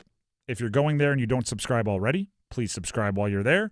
Then jump in the live stream comments and let us know what you're confident and concerned about. It's Cons and Cons, Carolina Panthers edition for today. Coming up right now, we're going to keep it on the Panthers, at least for the beginning parts of this next conversation. Earlier today, Mike Glennon, former NC State quarterback, 10-year NFL veteran, joined us, and we did quite a bit of breaking down how Bryce can and the Panthers can build off of last week's game. Here's that conversation from earlier today. The Drive with Tim Donnelly here on 99.9 The Fan, joining us for our weekly peek into the mind of an NFL quarterback. It's NC State legend and 10-year NFL veteran Mike Glennon.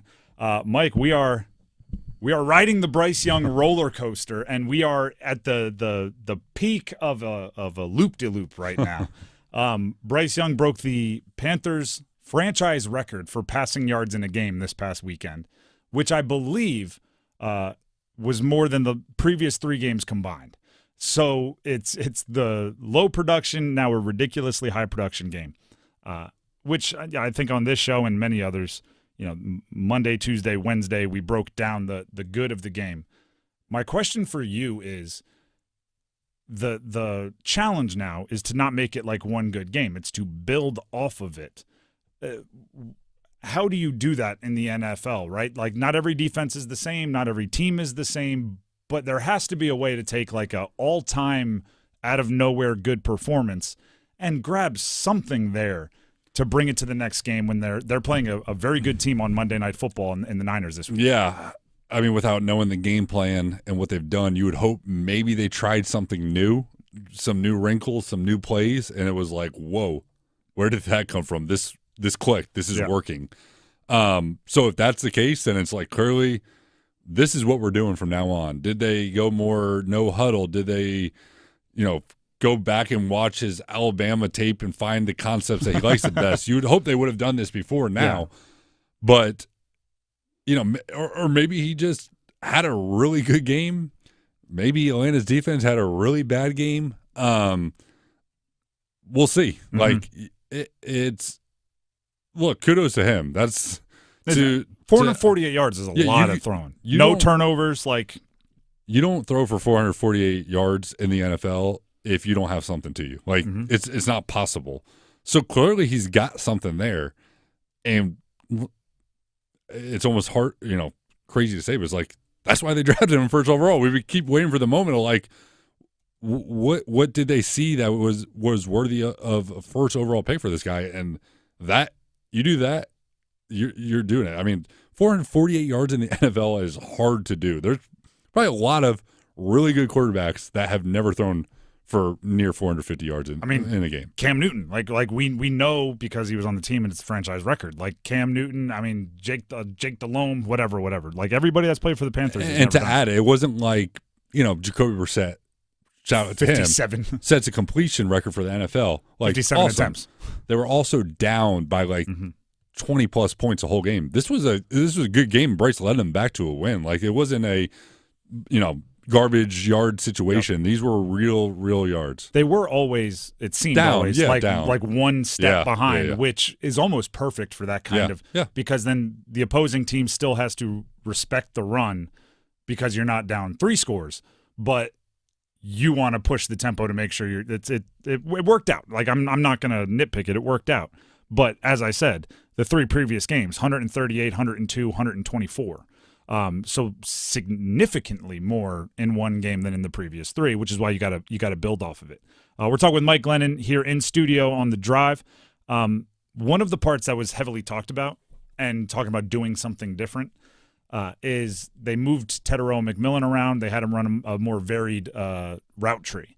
And he had 8 catches, 130 yards, and 2 touchdowns, which, 448, you don't do anything. You don't throw for 448 in the NFL if you don't have something to you.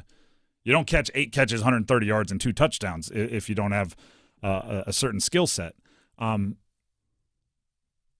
difficult is that, right? And I'll kind of, give what I said earlier. At college, we were at the University of Delaware. We didn't have a Teterow McMillan, right? We had a bunch of guys that ran 4.6s, right? Great receivers for the area. Some of them got a cup of coffee in the NFL, but we had the X, Z, Y, and S were our 4 wide receiver positions, and our wide receivers coach could go, all right, this drive, X, you're Z, you're Y, and you could flip them, and within a drive, they could say, if one's on that side, and we're going hurry up, you got over there. They all knew all 4 positions. Teterow McMillan moving him around, it is a necessity, but is it really something that, I don't know, should be like a surprise in week 11? That seems like, if the rookie took a month, fine, but you got to move around your 1. Yeah, and without knowing Teterow McMillan's, mental capacity. We haven't seen a lot of miscommunications. Right. It doesn't seem like he's not a sharp guy by any means. Maybe they're just trying to get him comfortable at first, but you would like to, once he shows he's capable of moving around. So how much easier? How much did it help your game plan if you were in Arizona with Larry Fitzgerald, or you were in Tampa with Vincent Jackson, Mike Evans? How much of an advantage was it for your offense to be able to move those around? It's a huge advantage because as a quarterback, you're not really thinking about those kind of things. This falls on the offensive coordinator, the pass game coordinator, to scheme it up so those real good players are getting the ball. It's like my read's my read. I'm going to there's things called pure progression read. You're going 1 to 2 to 3 to 4. Mm-hmm. There's other times where it's like pick your best matchup, and that's where it does fall on the quarterback. But a lot of times you're just reading coverage and you're letting them dictate where you go with the ball. So if it happens, Teterow McMillan might have been number 3 if he lined up at his normal spot. But what they do in the NFL a lot of times is they'll go like 11 zona, which means we're in 11 personnel, but zona, because Teterow McMillan went to Arizona, he's now lined up at the F, where he's typically the X. And the F is the first read in this progression, so we're going to give him a chance to run, a 5-yard choice route. So where typically at X, you don't run any choice routes. So that falls on the coordinator.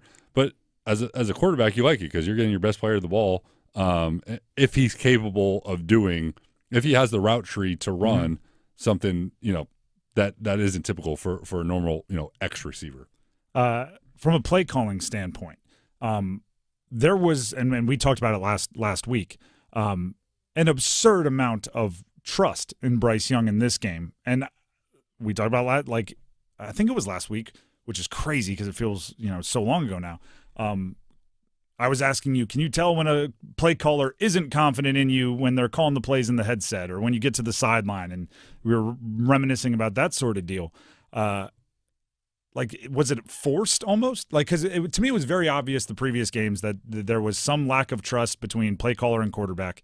And then in this game, they were kind of the exact opposite. Like 4th and 1 with a strong running game, they're calling play action, getting him on the move, trusting him, whether it worked or not. Like he made him right more often than not. Can a play caller like fake that? Like where he's just like, we're going to see because I have to. It's not working when I don't trust him. I think maybe philosophically you're like, look, Rico Dowdle's playing great. We've won a couple games because of him. Is it realistic for us to make a real run if we just keep handing the ball off to Rico Dowdle? Our quarterback's throwing for 150 yards. Like, no. The last quarterback to do that, who knows who it was that went on to win? I mean, people probably bring up like Trent Dilfer. They also had the Tebow. best defense. Right. I mean, but you probably have to have like an unreal defense or something. Like, we're going to have to start throwing the ball more. So maybe they made a conscious effort going into that game. Hey, we're going to be more aggressive than we've been in the past. Clearly it's paid off. And, there's certain days as a quarterback where you kind of feel like you can't miss. And, the basketball comparison is the rim just looks like it's getting bigger and bigger. And Bryce clearly was having one of those days. We're talking with Mike Glennon, former NC State quarterback, longtime NFL quarterback. If you want more NC State coverage from Mike, dissecting the Miami game, getting ready for the Florida State game, check out Pack Therapy podcast, available everywhere podcasts can be found, including 99.9 The Fan, YouTube, and our app, our 99.9 The Fan app as well. Before we let you go, college football playoff rankings. We talked about this a bit on the pod, but I'm going to phrase it a different way here. We watch ACC football as much as anybody, right? We obviously state, but we're junkies of the game. 12 teams make it. At least one has to be a group of 5 team. So of the 11 deserving, like how many do you think the ACC deserves? One. Do you have a team there, or is it just whoever wins the conference? I think it's Miami. Okay. It would be hard for me to say that I think Georgia Tech, Virginia, Pitt deserve to be in the college football playoff. I just they all have had some, bad losses or not very good wins, and to me, I mean, I guess you could say maybe they. Well, that is a fair answer, but now my follow-up is going to be, is that like, are we looking for the best or the most deserving? Because Miami has 2 bad losses. I'm with you that eye test. And maybe it's recency bias from the state game.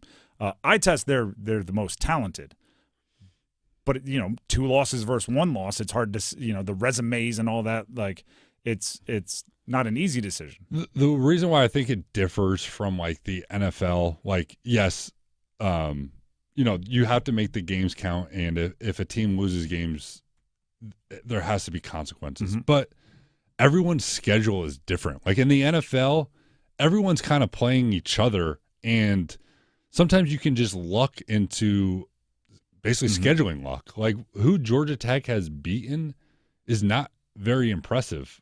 So because Miami lost one game by 3 points to Louisville and another game by, I think, 6 points to SMU, but Georgia Tech can barely beat an awful Boston College team. Like, I hear you, but also that, like inch or a mile, right? If you win by 1, that's way better than losing by 1, even though it's only a 2-point difference. And it's a constant conversation that I don't think there's a clear answer to in college football. Is if Miami and Georgia Tech played, I think Miami wins by 14 plus points. But Georgia Tech hasn't lost as much as Miami. It's a conversation that comes up and a debate that comes up every single year. If you want the ACC to look good in the postseason, I think it's probably Miami. If you want next year's regular season to not feel kind of fraudulent, I think it has to be whoever wins the conference championship. You kind of hope that Georgia Tech loses a game, or Virginia. You need a bunch. Pitt and SMU, they're all 1-loss teams in conference. If three of them lose and the tiebreakers break Miami's way and they get into the ACC championship, that turns into a much, much, much different conversation. And then I would assume that the committee would put them like 8th and be like, we had them in all along because they want to look good. Mike, we appreciate you for taking the time. Again, check out Pack Therapy, the podcast, and we'll do it again next week. Thanks, Mike. Thanks, Tim. Once again, that was earlier today, me catching up with Mike Glennon. And I do want to thank Mike for his time, as I always do, but today it's a little messed up because – why is that? because I identified the wide. I just sitting here listening. Right, that was from earlier today. I identified the wide receivers as X, Y, Z, and S. Yeah. Y is a tight end. It's X, W, Z, and S, with W and S being the slots. He knew that. He knew I knew that, but he just let me go saying the wrong thing over and over again. So, Mike, it's messed up this time. It was obviously just like a audible typo, but we just do still thank you for the time. Well, you know what? Let's say this, Tim. Okay. Maybe in a situation where the Y would be the tight end, hey, actually we're going to sub a wide receiver. You're going to run the exact same thing. You're just running in the Y spot. You just happen to be a wide receiver. Therefore, it's a Brock Bauer style Y. Exactly. Like, we're not asking him to block. We're just calling you Y and having you play slot. Exactly. Either way, thanks, Justify Mike, it. for all. Yeah, we'll just. Hey, I'm the offensive coordinator in this situation. Call whatever you want. I like a big slot receiver. What do you want? There you go. Speed. Who doesn't? There you go. The Drive with Tim Donnelly, 99.9 The Fan. Thanks, Mike, one more time. And thanks to all of you that interact with the show online, because that allows us to do things like have a feedback frenzy, which is exactly what we're going to do after this. Do you have a smartphone? Of course you do. Do you have a pocket or pouch or human hand to hold your smartphone? Then you have no excuse. Download the 99.9 The Fan brand new app today and take us with you wherever you go. Your favorite hosts, podcasts, and live sports action all in one place. Available for Apple iPhone and Android phones. Finally, there's an app for 99.9 The Fan. Download the 99.9 The Fan app today. Powered by Aspire Money Management.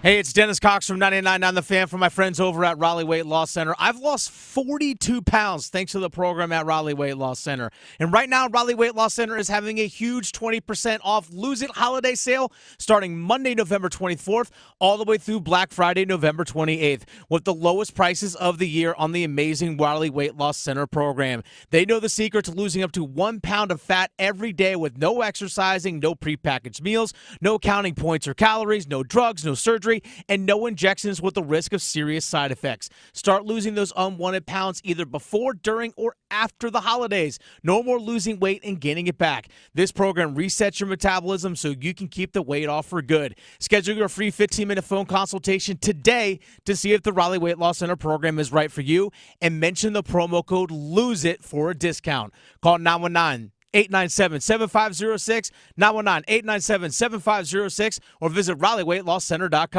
Mention the promo Lose It. Results may vary. This is the sound of Claire cooking dinner at home. And that's the sound of a fraud alert from Wells Fargo, flagging a charge for a pricey restaurant in Paris. Considering Claire isn't in Paris right now, that seemed odd to the bank and to Claire. 2 taps later, Claire says nope to the charge, and Wells Fargo is on the case. However you make money work, Wells Fargo can work with that. Wells Fargo Bank, N.A., member FDIC. Hello, I'm Jen, and I work in the service department with Newcomb & Company in the Triangle. I've worked at Newcomb & Company for over a decade and can tell you firsthand our comfort contract is hands down the best way to stay worry-free and comfortable in your home. In fact, the program works so well, we have over 4,000 customers who use it. Folks love it because when you sign up for the comfort contract, you get the best service Newcomb offers. We prioritize contract members with same-day service, priority scheduling, and emergency after-hours calls. So there's no waiting when your system needs help. On top of that, Newcomb & Company is a proud independent train dealer. We back exceptional train products with our expert service, and we treat your home like it's our own. It's hard to stop a train, and it's hard to beat Newcomb & Company service. Call 919-862-3000 or visit newcombandcompany.com to learn more about our comfort contract. Newcomb & Company, your comfort is our business.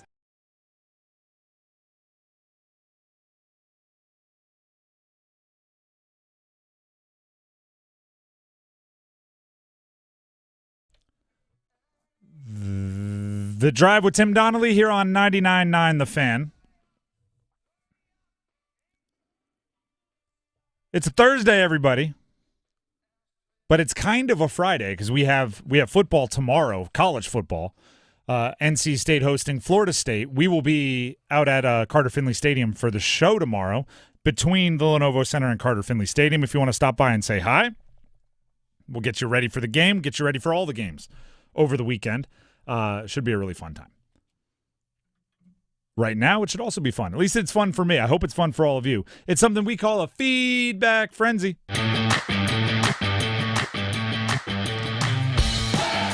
All right, Tim, this is where we look at the listeners and see what they have to say via all of our social media platforms, YouTube, you name it, we got you, including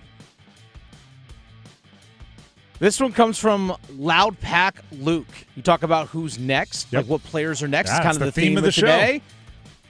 He said Bryce Young will be next. Bryce Young, the next. You know what? When we, and for those of you that are just tuning in, I'll give you a quick breakdown. The theme of today's show is what used to be the ESPN magazine Next issue. It was a yearly issue that ESPN the magazine put out where they tried to predict who the next big things were in sports. If there was, a number one overall baseball prospect getting ready to make their major league debut, if there was a player who was just starting to come into their own who they thought would revolutionize a sport, they were next. I don't think we want to put that on Bryce. Just get to good, right? To be next, you have to be like a future all-pro. You have to be a future ACC player of the year, MVP level player. We're talking I think Knueppel might be next. He might be rookie of the year in the NBA. Drake May could be next. He's the betting favorite to be the MVP at some sports books. Cam Boozer, Caleb Wilson might be next. I think they could be 1-2 in ACC player of the year voting along with Darian Williams, who's an older guy for state. Jackson Blake, Seth Jarvis, some young guys that could be part of the core for a future Stanley Cup team. For Bryce, I don't need all that, right? I don't want to expect all of that from him. Just be slightly above average. Let's get there before we start heaping the face of the world, that kind of pressure on Bryce. By the way, some past athletes, so you mentioned the ESPN, the magazine Next. You've seen guys like LeBron James, Brian Urlacher. So some of these, again, people that went on to have these absolutely tremendous careers. And by the way, not all of them panned out. That's true. Right? Part of it is you take your chance and you see. I think Bryce Harper was on at one time, I think. Or was that would have probably been a later edition. For some reason, when I think of it, I always think of early 2000s. Sure. Maybe even the 90s. The most iconic one, I can't think of who the fourth was. It was Lindros, Cordell Stewart, and Kobe. And there was another guy, and I can't think of who it was. But that, Kobe panned out. Lindros, kind of, right? With the until the concussions, with the injuries. And Cordell Stewart, kind of, right? I think they were thinking he was going to revolutionize the league, maybe Mike Vick or maybe later Lamar Jackson kind of would have, and it didn't quite happen that way, but that's the issue that inspired this for real. All right, speaking along those lines, part of that was also kind of driven by Tetairoa McMillan and the breakout performance that he had this past Sunday. So this actually comes from the conversation we had about T-Mac is really evolving into everything that the Carolina Panthers want him to be. So you discussed yesterday about, and even discussed with Mike Glennon just now, about the ability for him to now maybe move on different parts of the field. And this one comes from not the real Brad. So this is not the real Brad. Real Brad might have something else to say, but not the real Brad. It says, you can't just move a rookie potential number one all around the field from day one. This team is growing. It's an incredibly young team, and nobody would ever have thought we'd be at 6-5, just a half game back from a division at this point in the season. Canales is opening the playbook. This takes time and coaching with such a young wide receiver room. Our other top wide receivers are 2 second-year players and another rookie in Jimmy Horn Jr. Our tight end room is a rookie, a second-year player, and Tommy Tremble. This is still such a young offense. Very true. It's week 11, going into week 12. I also, do you know what rookies and second-year players have in common? They get paid to play football too. Yeah. There's no class they have to get to. Tetairoa McMillan can line up on the left and the right, in the slot and out wide. and it's not asking too much, right? It's they get paid to play football too. And also, I pushed back on the nobody thought they'd be 6-5. I believe my preseason prediction was 7, and the range was 6 to 9 wins is kind of what we went with. If you look at the rest of this season, San Fran, touchdown favorite. Rams will be at least that. Could be favored against the Saints. Not favored against probably if it's the games were played today, Tampa, Seattle, or Tampa. If anybody out there was predicting they were going to get to 7, 8, 9 wins, you had to have 6 by about now, unless you think they're going to upset somebody in a big way down the stretch. Like there's not a lot of penciled in wins down this path, which is why I still think if you get to 8, you should be very excited.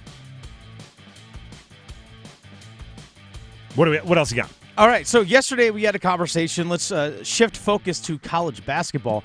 We had a conversation yesterday regarding UNC basketball, their win over Navy, but also there's that players-only meeting that was called earlier, I guess, after the game. Yep. This one comes from Liam Daddy. So Liam Daddy says they're young and being led by a freshman, talking about North Carolina.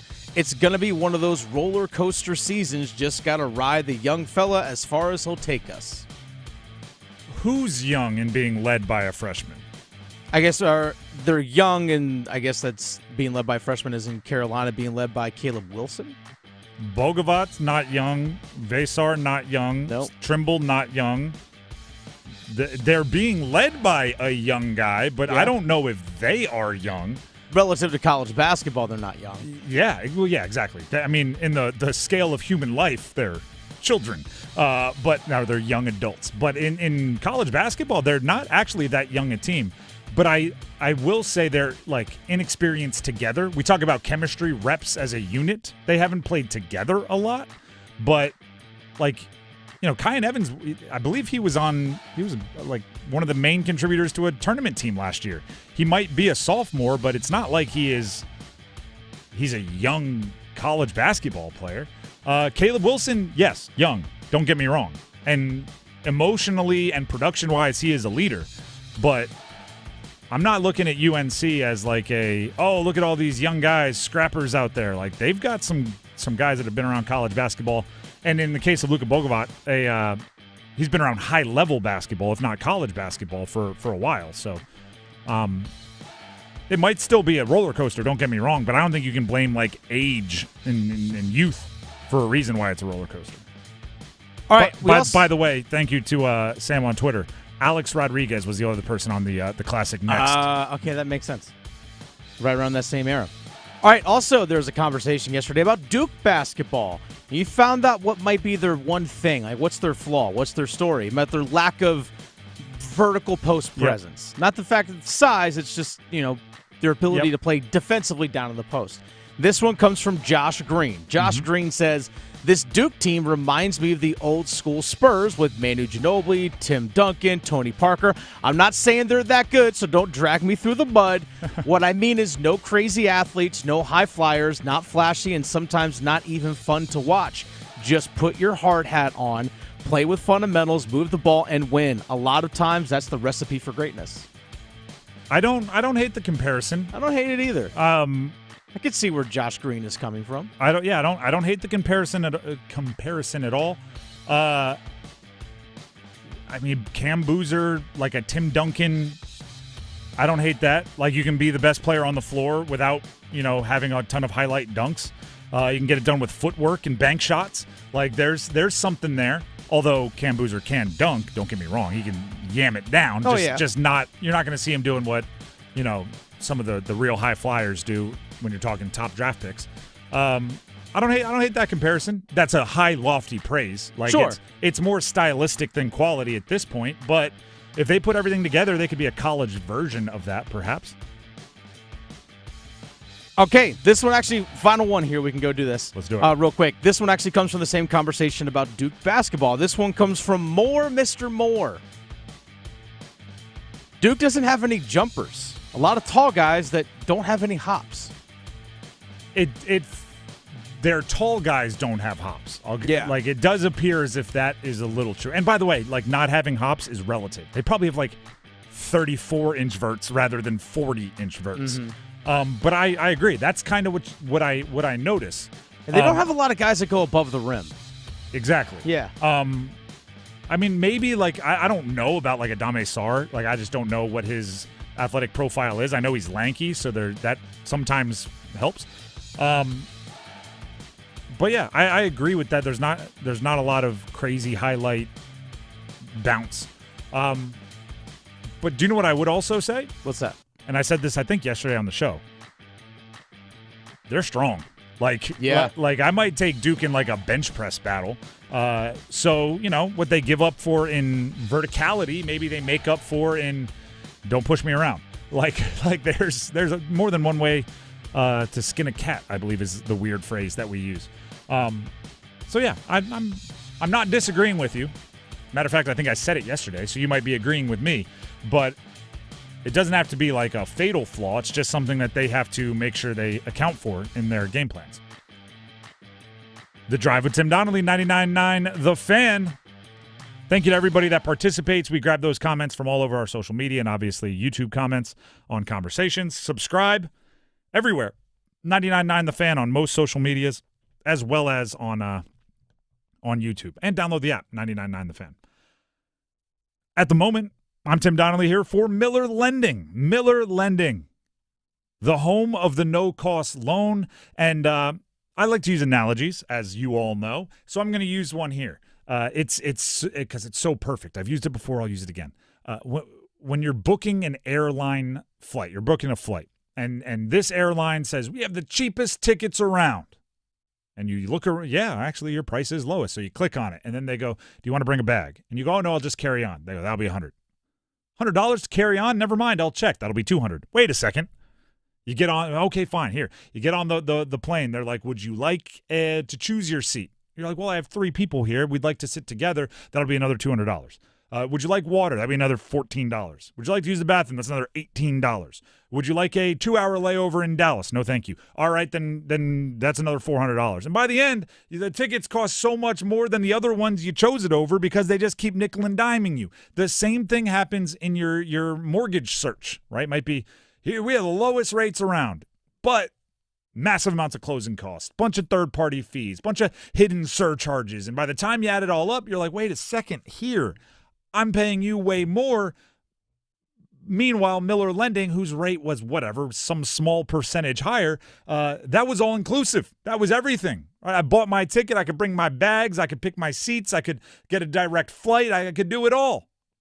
Right? So when you're looking at mortgage rates, let Miller Lending talk you through it. They can explain all of the ways their no closing costs, their no-cost loan actually makes you money, or saves you money, I should say, even if the other ones are louder with their neon sign saying lower rates. Go ahead and check it out. Give them a call. They can explain more. And by the way, locally owned. So when you call, you're talking to someone right here in the Triangle.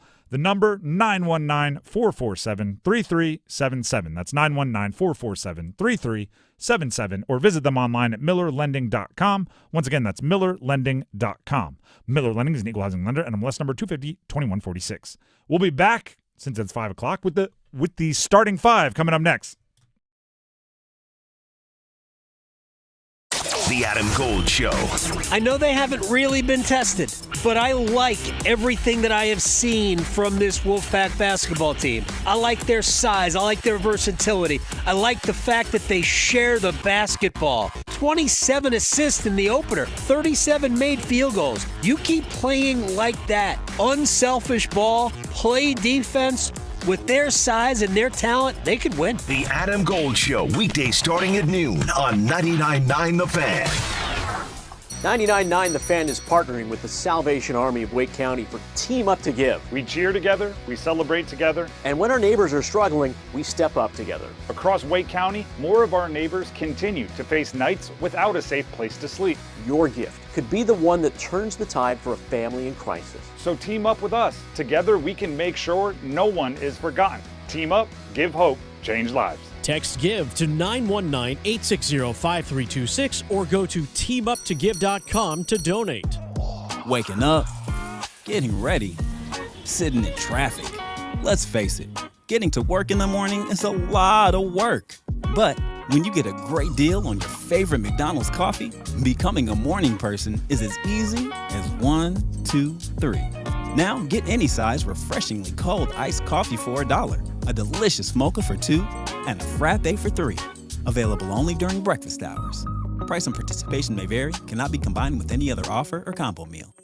Are you looking for the perfect holiday gift? Did you know that Bailey's has something for everybody and every budget? Sure, we're known for our designer jewelry, fine diamonds, and luxury watches, but we also have a vast selection of jewelry and gifts under $500. Add a little sparkle with the popular Sterling Collection Pave Diamond Hoops or Pave Diamond Cushion Pendant Necklace, both for only $175 each. Show your love with our Icon Collection Diamond Open Heart Ring for $375. Or stick with something classic, like a Koya Pearl stud starting at just $165. Bailey's is your go-to destination for holiday shopping. We're proud to make gift-giving easy since 1948 and to be voted Best Jeweler year after year. Located in Raleigh's Village District, Cary's Fenton, also in Rocky Mount and Greenville and Charlotte.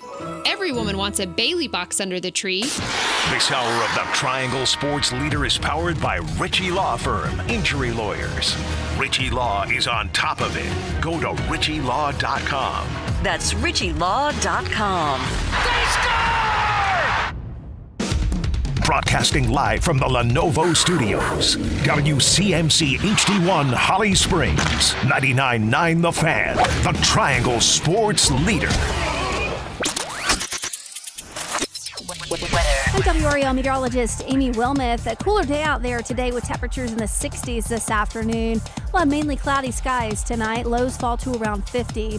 Scattered showers return Friday, especially the first half of the day. It's a little warmer with highs in the low 70s. Weather update brought to you by Newcomb & Company, where your comfort is their business. Visit newcombandcompany.com. 5 o'clock check of your money. Dow Jones down 386 points today to 45,752. It's 5 o'clock. Time to serve up the biggest sports stories of the day. Here comes your starting five. The Drive with Tim Donnelly here on 99.9 The Fan. Before we get into the starting five, today's theme, next. Who's got next? Who's got next?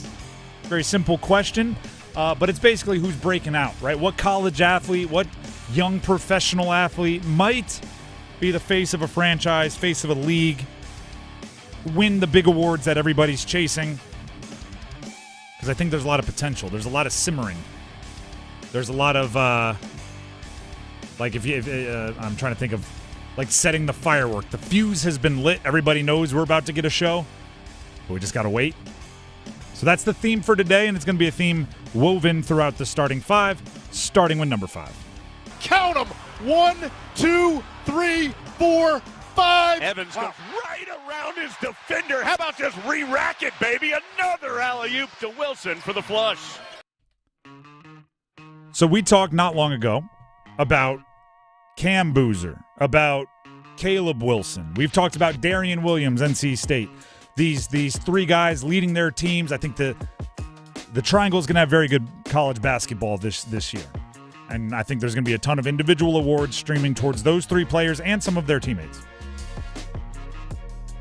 But I'm greedy, and I want it to continue. And I don't want it to be a one-year thing. I want all three to be good. I want the ACC to thrive. And we got some good news on that front over the last 24 hours. Two top recruits, have signed with teams in the Triangle. Maximo Adams, who is the number 22 overall basketball recruit in the 2026 class. Also, got to be top of the rankings for names. Maximo. That's a good one. Maximo Adams. I can only imagine being the play-by-play person for that. Oh, so many opportunities. 22 overall recruit in the country, has signed with the Carolina Tar Heels. And similarly, Cole Clower, who is a North Carolina guy from the state of North Carolina. From Hillsborough. Yeah. So he's from the Triangle area. Did transfer for high school, I believe, for his last year at IMG in Florida. But He's coming home to play college. He signed with NC State. He is the number 29 overall recruit in the 2026 class. And this is where, and by the way, we talked the other day, Duke got a big commitment as well. The crazy part is, and I think now that Will Wade is at NC State, they're going to enter into a similar conversation recruiting-wise with Duke and UNC. For most schools across the country, you get a top 30 recruit in the class. I mean, you there it is, crown jewel, right? That's all you need to get your fan base jacked up. For State with Will Wade and always for Duke and UNC. Okay, how many more higher ranked than that can we get? Yeah.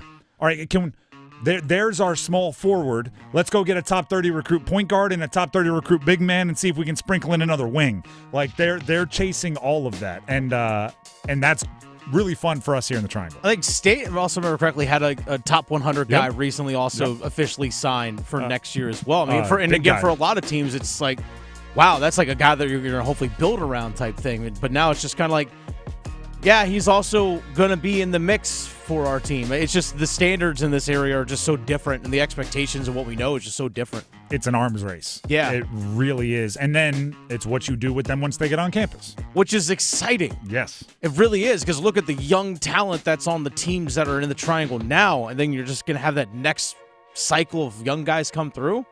It'd be pretty awesome. I mean, Darian Williams, Caleb Wilson, and Cam Boozer have been playing for their respective teams in the Triangle for like 5 games, and it's already electric. If we can do that again next year with new top recruits coming in and different, and like, I mean, come on, right? That's the goal. So keep recruiting out there. Wade, Shire, Davis, keep it rolling. That's number 5. Let's get to number 4. 1, 2, 3, 4, all together. I don't know why I left out Wake Forest. Wake Forest basketball tonight. Taking on Texas Tech, number 15 in the country.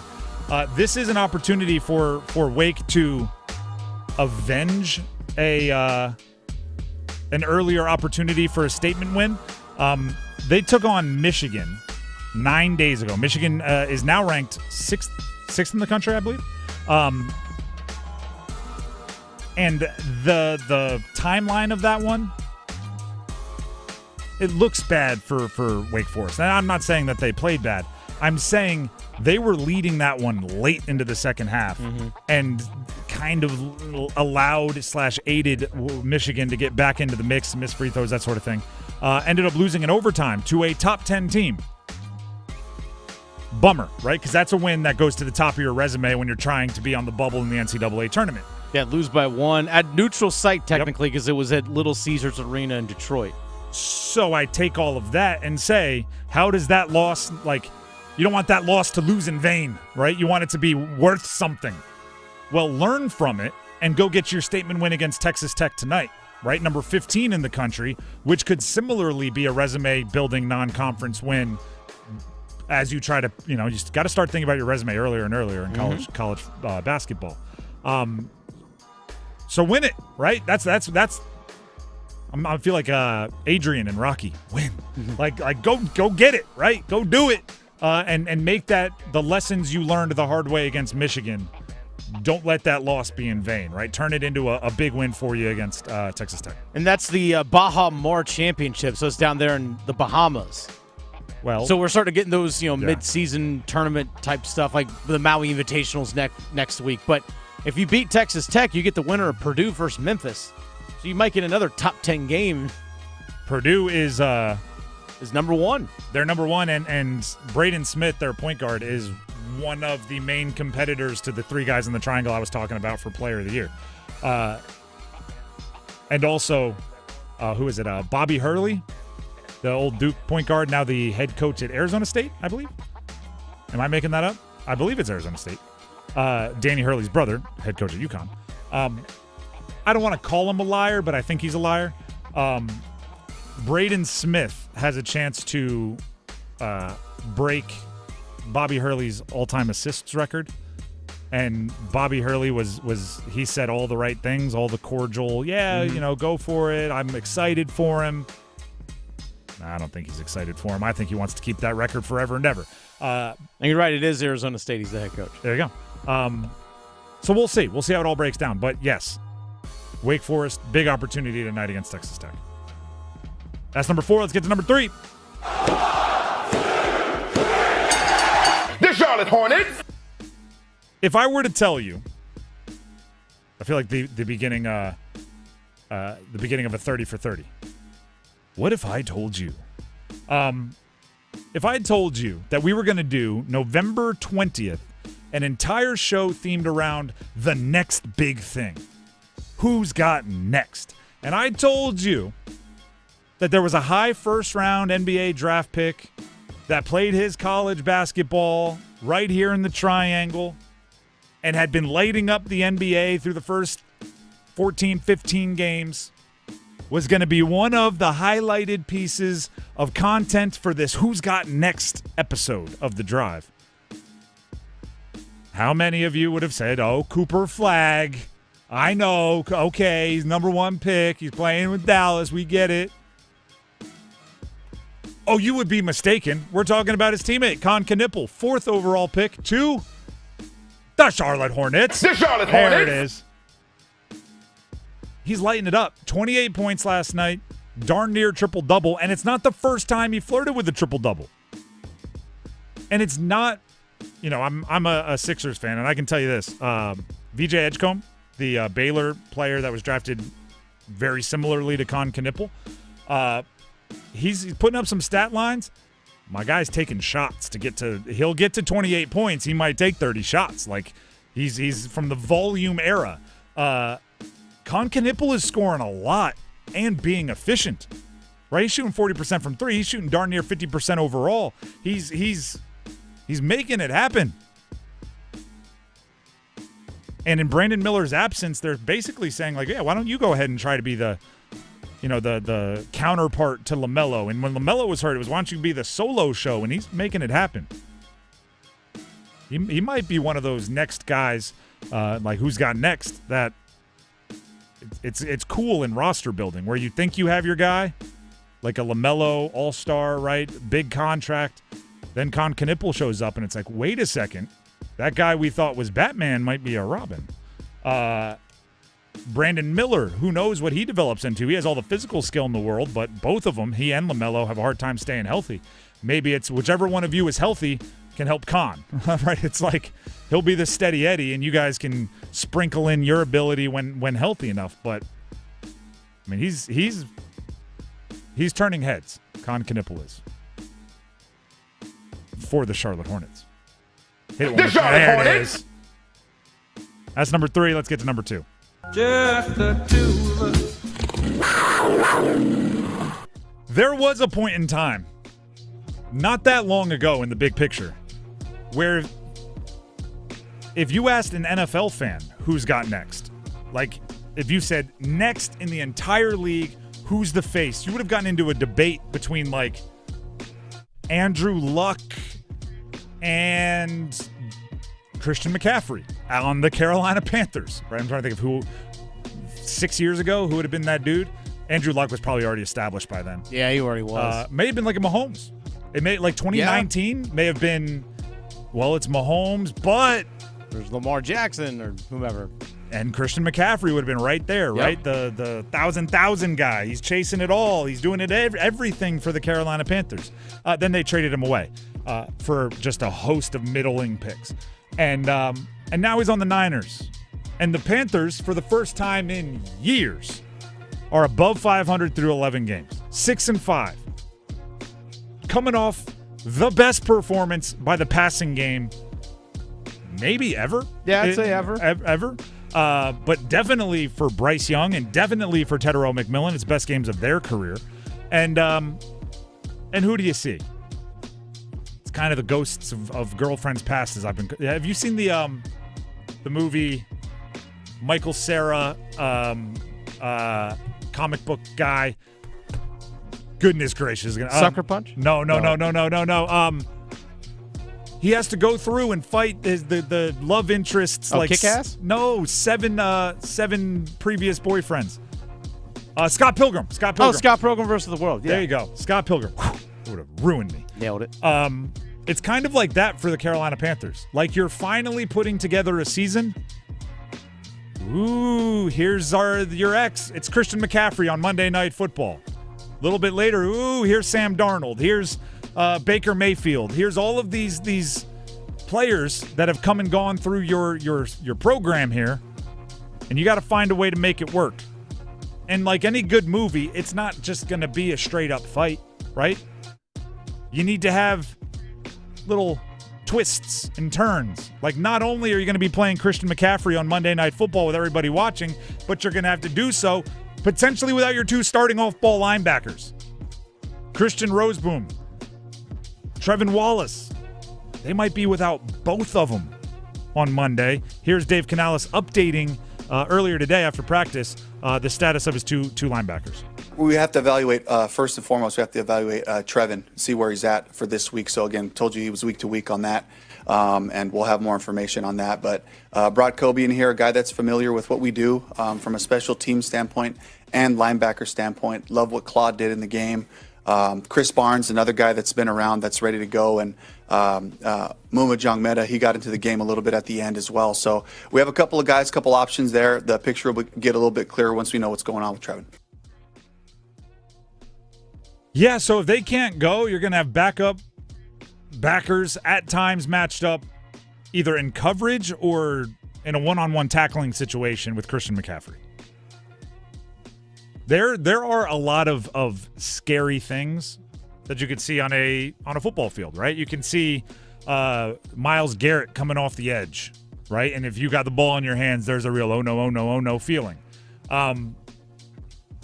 You could see a ball as a wide receiver late and high over the middle coming in your direction, and you have to decide whether to alligator arm that thing or go up and extend. Like there's things to be afraid of. From a humiliation standpoint,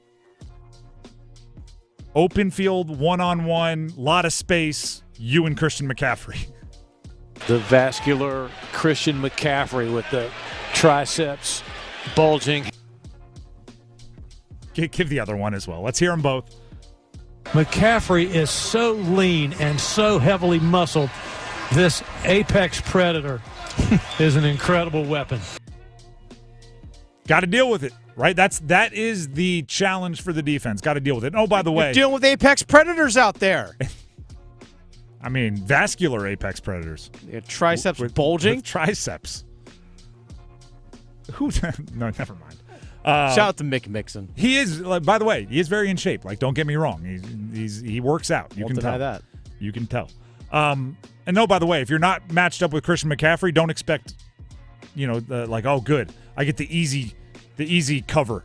It's probably George Kittle, right? It might be Ricky Pearsall out of the slot. Like, there's a lot of things going on with that San Fran offense, and Kyle Shanahan's making it all happen. But that's what you want if you're the Panthers, right? You want to be in games against good teams that matter at the end of the season. You want to match wits with the good teams. Winning the games you should is great. Don't get me wrong. I don't think you make the postseason without winning a handful of games you shouldn't until you establish yourself as one of those guys, right? Like the Packers game could be a reason that you level up. This game could be a reason that you level up. There's not a lot of easy wins left on the schedule, so yeah. Is it hard? Is it difficult? Yep. Hopefully you showed enough in the passing game to keep them honest on defense, and you can find a way to contain them a bit on offense. That's number 2. Let's get to number 1. Go one! Stankoven. Shot gets through the score! Jackson Blake out in front. Walker got it through, and Blake with the redirect. And there's the one through Wallstead, and the Canes are on the board.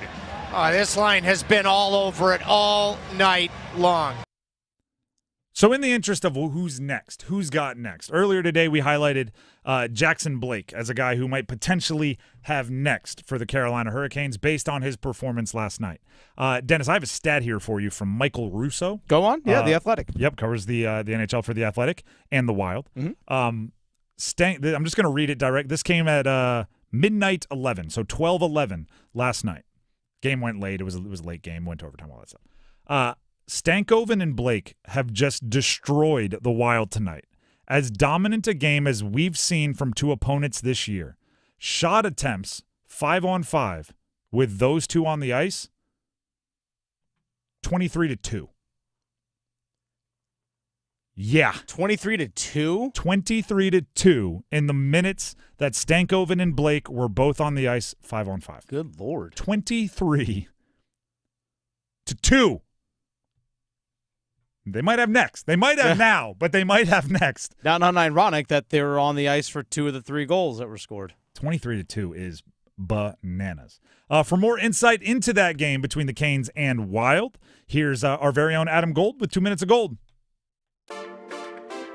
Hey, it's Adam Gold, and I've got 2 minutes for 2 goals and way more than 2 other opportunities to get Carolina 2 points. And it's all brought to us by Parkway Sleep Health Centers. If you are struggling to get the sleep treatment you need, you shouldn't have to wait for better sleep. I need it after last night's game started at nearly 10 o'clock Eastern Time. What are we doing? We're in Minnesota. All right, I'm sorry. Speaking of Minnesota, Jackson Blake had about 80 tickets set aside for friends, family, former acquaintances, maybe ex-girlfriends, I don't know. And let me tell you, people, that dude put on a show. A little one-touch, but Middleton gives it away. Carolina sets it up. Blake shot hits the post. Okay, that one didn't go, but the next one did. Stankoven. Shot gets through the score! Jackson Blake out in front. Walker got it through, and Blake with the redirect. And there's the one through Wallstead, and the Canes are on the board. This line has been all over it all night long. And then we get to the third period. Somehow, even though Carolina was dominating the game, they still hadn't gotten even until Blake happened again. Gostisbehere keeps it in. Rink wide, Ehlers.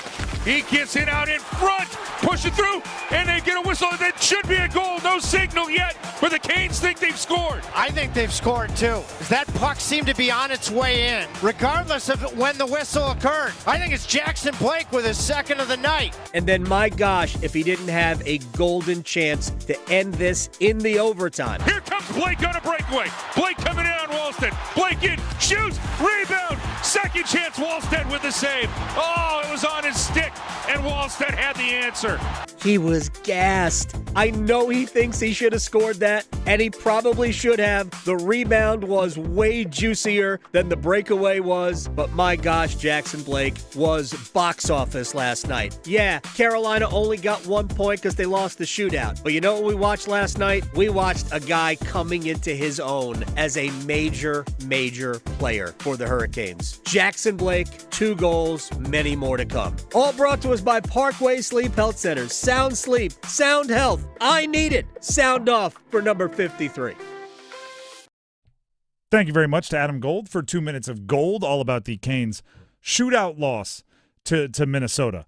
I feel like I do this two, 3 times a year talking about the Canes, so this is like a PSA. Okay, this is just it's not even a public service. It's like a from me service announcement, right?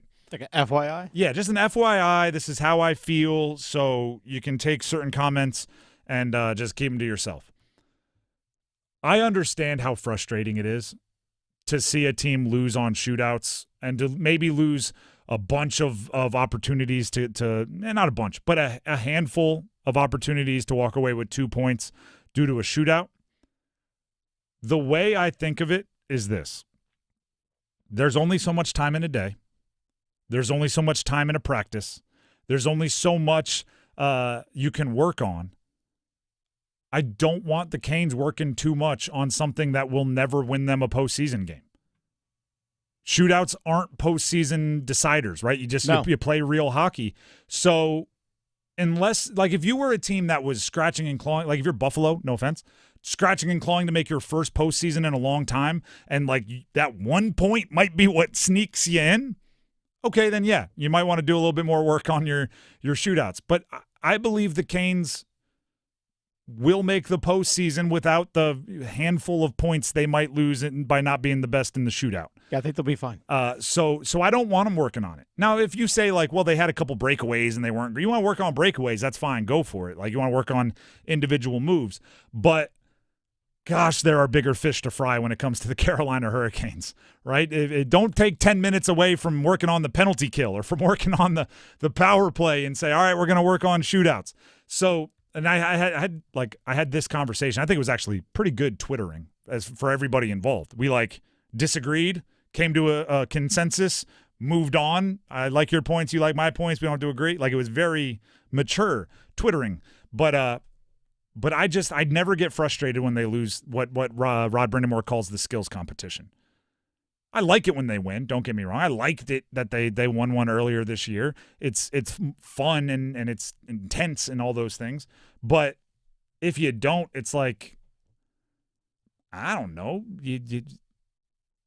If you decided baseball games on a weird home run derby, I wouldn't be now let's start just working on home run derby swings. It's no, work on the first 9 innings and hopefully you don't have to go to many of the home run derbies. That's how I look at the shootout. And I'm going to continue to be that. I'm going to continue to think that. I don't see myself changing that opinion. You can disagree with it, but there's my FYI, my PSA, that's how I see it. The Drive with Tim Donnelly, 99.9 The Fan. And I actually would use that if I were being if I were Rod Brindamore, I would give him all the leash in the world. I'd be do something crazy, right? Go try to get on the highlight reel, right? Do something that's going to go absolutely bananas because, I don't know, you're not that good at it anyway. The Drive with Tim Donnelly, 99.9 The Fan. We need some numbers game contestants. Get ready for some serious holiday magic, everybody. We have a 4-pack of tickets going to whoever wins the numbers game today to the Festival of Lights. Festival. See what we did there? It's coming to Durham Bulls Athletic Park. An immersive light experience the whole family will love. Meet Santa and Woolly Claus. Hop on the Holiday Express. You can even cozy up in a festive igloo with s'mores and holiday drinks. If you want to win the 4-pack, you have to win the numbers game, and you have to call in now. The number, 919-860-5326. That's 919-860-5326 for your chance to play the numbers game and win a family 4-pack of tickets to the Festival of Lights. Numbers game next. We've got NFL tonight on 99.9 The Fan. Presented by Wake Med. Showtime, prime time. Your primetime matchup is an AFC battle. It's Buffalo and Houston. Here we go. Woo! Pre-game starts at 7:30. Y'all know what time it is, huh? Kickoff at 8:15. Hey, together, baby. We just do this one play at a time. On the Triangle's home for the NFL, 99.9 The Fan. We came here for one thing, to win. The Black Friday sales event is on at John Heister Chrysler Dodge Jeep Ram in Lillington. Right now, take advantage of over $11,000 off a new 2025 Jeep Grand Cherokee or a new 2025 Jeep Grand L. We've got 11 to choose from, but when they're gone, they're gone. So don't wait to get your $11,000 off. Jeep, go anywhere, do anything. See dealer for details. Get off your keister and get to John Heister Chrysler Dodge Jeep Ram in Lillington today.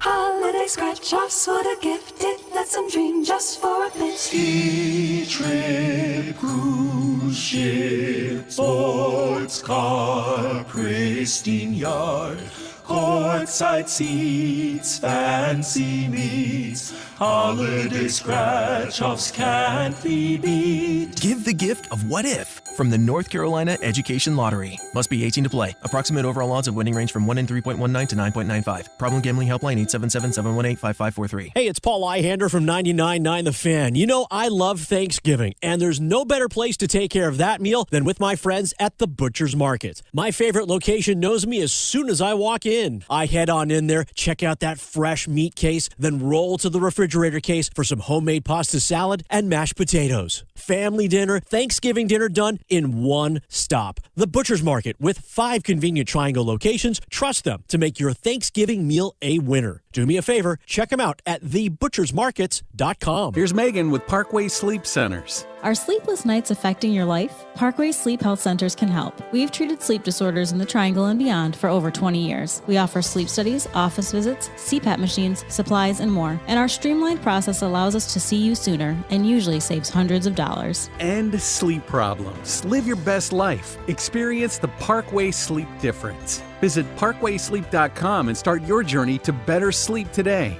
Parkway Sleep Health Centers. Sound sleep, sound health.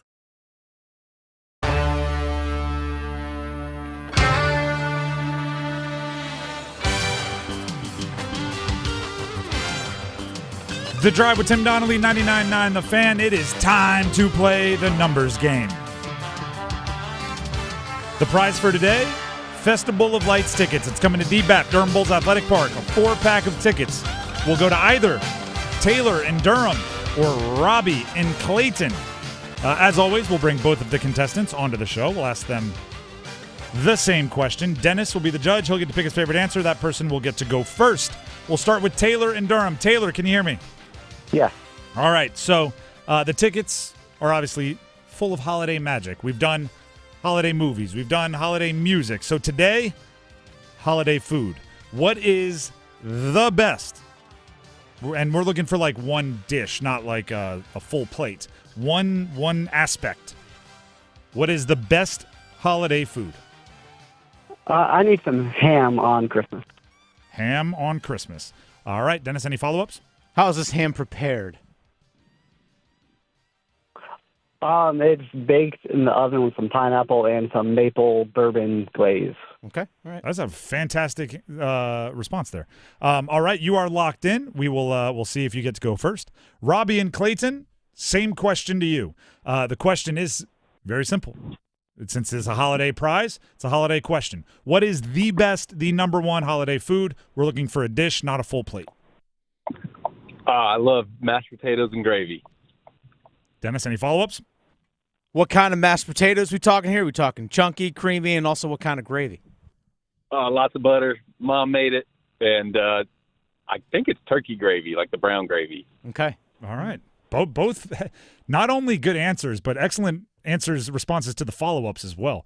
Came prepared. Dennis, which one are we rolling with? We have ham on Christmas with the pineapple, little bourbon maple glaze, I believe he said. Yeah. Or mashed potatoes, lots of butter like Mama made it. Yep. With the brown turkey gravy. This is a tough one. They go well together. Exactly. That's the thing. I might have to go with the ham on this one, even though I'm not a pineapple on ham guy. I'm not. It's not bad, but there are ways you can avoid it, even if it's baked on there. Because in Virginia, we're known for the spiral ham. It's a big thing where I grew up. So I'm gonna go with ham on this one, but because he gave specifically ham on Christmas, so yeah, I'm gonna go with that one. This doesn't help you at all, but I would have gone mashed potatoes. Trust me, it was not easy. I would have gone with the lots of butter, potatoes, and gravy. That's all there. It's good. It's the base of a good. Anyway, that means Taylor gets to go first. Taylor, you get to go first. Robbie, you'll have your chance. Just go ahead and stay on hold for a second. Taylor, are you ready to pick a category? Yes. All right. We have NFL late November birthdays. We have NFL players that played at state universities that aren't states. NBA All-Europeans, players from Europe, or NHL Hurricanes throughout history. NFL state. All right. These are the players that played at state universities that aren't states. I'll give you the team and the player. Give me the jersey number as quickly as you can. 30 seconds on the clock. One pass if you need it. Any questions before we get started? No. All right. Your time will start when you hear the horn. Ashton Genty, Las Vegas Raiders. 2. Correct. Steve McNair, Tennessee Titans. 19. Incorrect. Kevin Byard, Chicago Bears. 35. Incorrect. Steve McNair, Tennessee Titans. Pass. Doug Williams, Washington Redskins. 8. Incorrect. Kevin Byard, Chicago Bears. 31. Correct. Dexter Coakley, Dallas Cowboys. 24. Incorrect. Steve McNair, Tennessee Titans. 18. Incorrect. Doug Williams, Washington Redskins. 28. Incorrect. You worked your way through it. You heard them all. Some of those were a little tough. You got Genty with 2. McNair, number 9. Legendary. It's cool jersey. The old throwback Titans. Kevin Byard, or the Oilers. Kevin Byard, Chicago Bears, 31. You got that. Doug Williams was 17 with Washington, and Dexter Coakley with Dallas, 52. For those of you playing, so good job. 2 is the lead in the clubhouse. Stay on the line. We'll see if you win. To update everybody just on the states that aren't states, Genty played for Boise State. Steve McNair played for Alcorn State. Kevin Byard, Middle Tennessee State. Doug Williams, Grambling State. And Dexter Coakley, App State. Good old Appalachian State. So those were the answers there, and that was Taylor and Durham. I didn't even recognize that. Taylor picked ham. Anyway, Robbie and Clayton now gets to go next. Robbie, you ready to pick a category? Yes. All right, the categories are NFL late November birthdays, NBA All-Europeans, or NHL hurricanes throughout history. I'll do the NFL November birthdays. All right, these are all players born in late November. I will give you the team and the player. Give me the jersey number as quickly as you can. 30 seconds on the clock. One pass if you need it, and you need at least 3 for the victory. Any questions before we get started?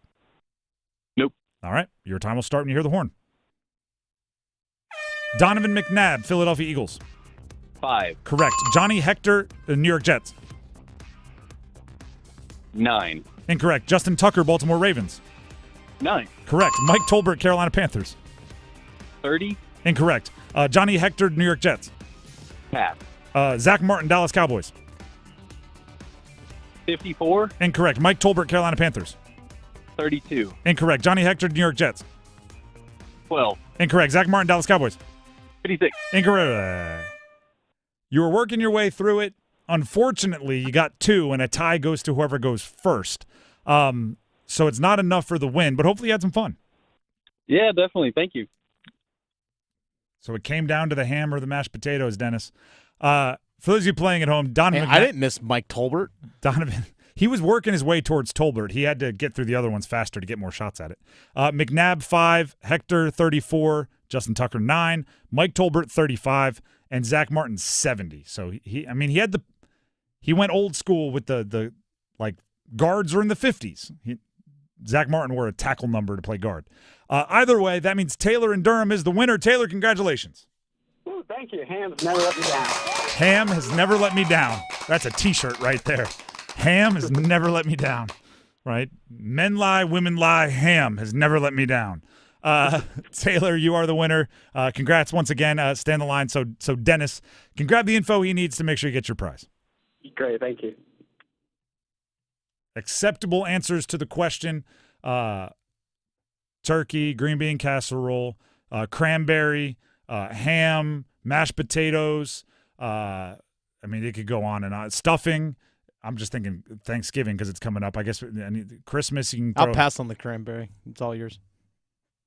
Now, when you think of cranberry, what do you think of? The hockey puck, or do you think of like a real cranberry in a dish with like parts of cranberries in there? I'll pass on all of it. I just don't like cranberry. Oh, all right. It's not for me. What other contenders were there for you? For like best food? Best holiday food. I mean, if someone just said cookies around Christmas, I would probably would have been cookies. number I one. didn't think dessert. You could throw pie. Yeah. I didn't entertain. Mm-hmm. What kind of cookie? You got to be more specific than that. Oh, there's a lot of different options, like the peanut butter cookie with the Hershey Kiss on top. My favorite around the holidays. Interesting. Yeah. What do you call that? I call them Hershey Kiss cookies. Okay, I was going to say I can visualize it, but I have no idea what they're called. I just call them Hershey Kiss cookies. Man, call them delicious. Exactly. There's that too. I call them gone because that's right. when that happens. When I see them, they're gone. I respect that as well. My grandpa used to say it tastes like more. That just meant give him more. By the way, we did give away the Festival of Lights 4-pack. We'll do so again tomorrow. But if you want to have another chance to win, you can go ahead and visit 999thefan.com to enter for a chance to win the grand prize, which would be a private igloo at the Festival of Lights. 999thefan.com, or you can jump onto 999thefan, our app, our application, Google Play Store, App Store on your phone, and you can enter for a chance to win there as well. A private igloo. Call that the grand prize. This is kind of funny. I'm just going to throw this out there, but Dennis will give you more details on it. We just talked about food. I set him up for this. Talked about holiday food.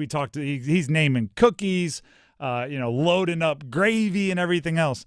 He's about to tell you about how much weight he lost recently. I see it on our rundown, and he is on the phone, and I don't think he's recognized that he has to do it yet.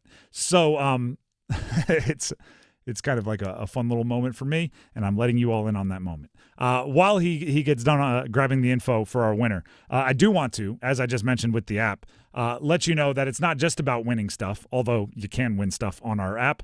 999 The Fan App Store. Go download it. Google Play Store. Go download it. There's great archives for our podcasts, clips from this show. There's written articles, meaning blogs and articles for Canes, for Panthers, for the teams you care about.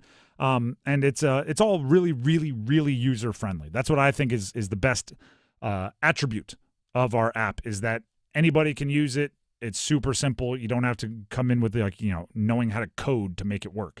So 99.9 The Fan, Google Play and App Store. If you don't mind, or if you appreciate it, like you like the app, please give us a 5-star rating in the App Store. I feel like you said my name when I was getting. I Taylor's did. I info. said the read you're about to do is a bit ironic. It really is. I just made you talk about cookies and everything for like 5 minutes. So with that as the intro, here's Dennis Cox. That's right. Dennis Cox here from my friends over at Raleigh Weight Loss Center. And, let's be honest, all those delicious foods, I'm not going to lie, I've struggled with some of them over the years, and there's a reason why I've had to get on the weight loss journey. But the weight loss journey has 100% been worth it. I'm down 42 pounds in just less than 4 months with Raleigh Weight Loss Center.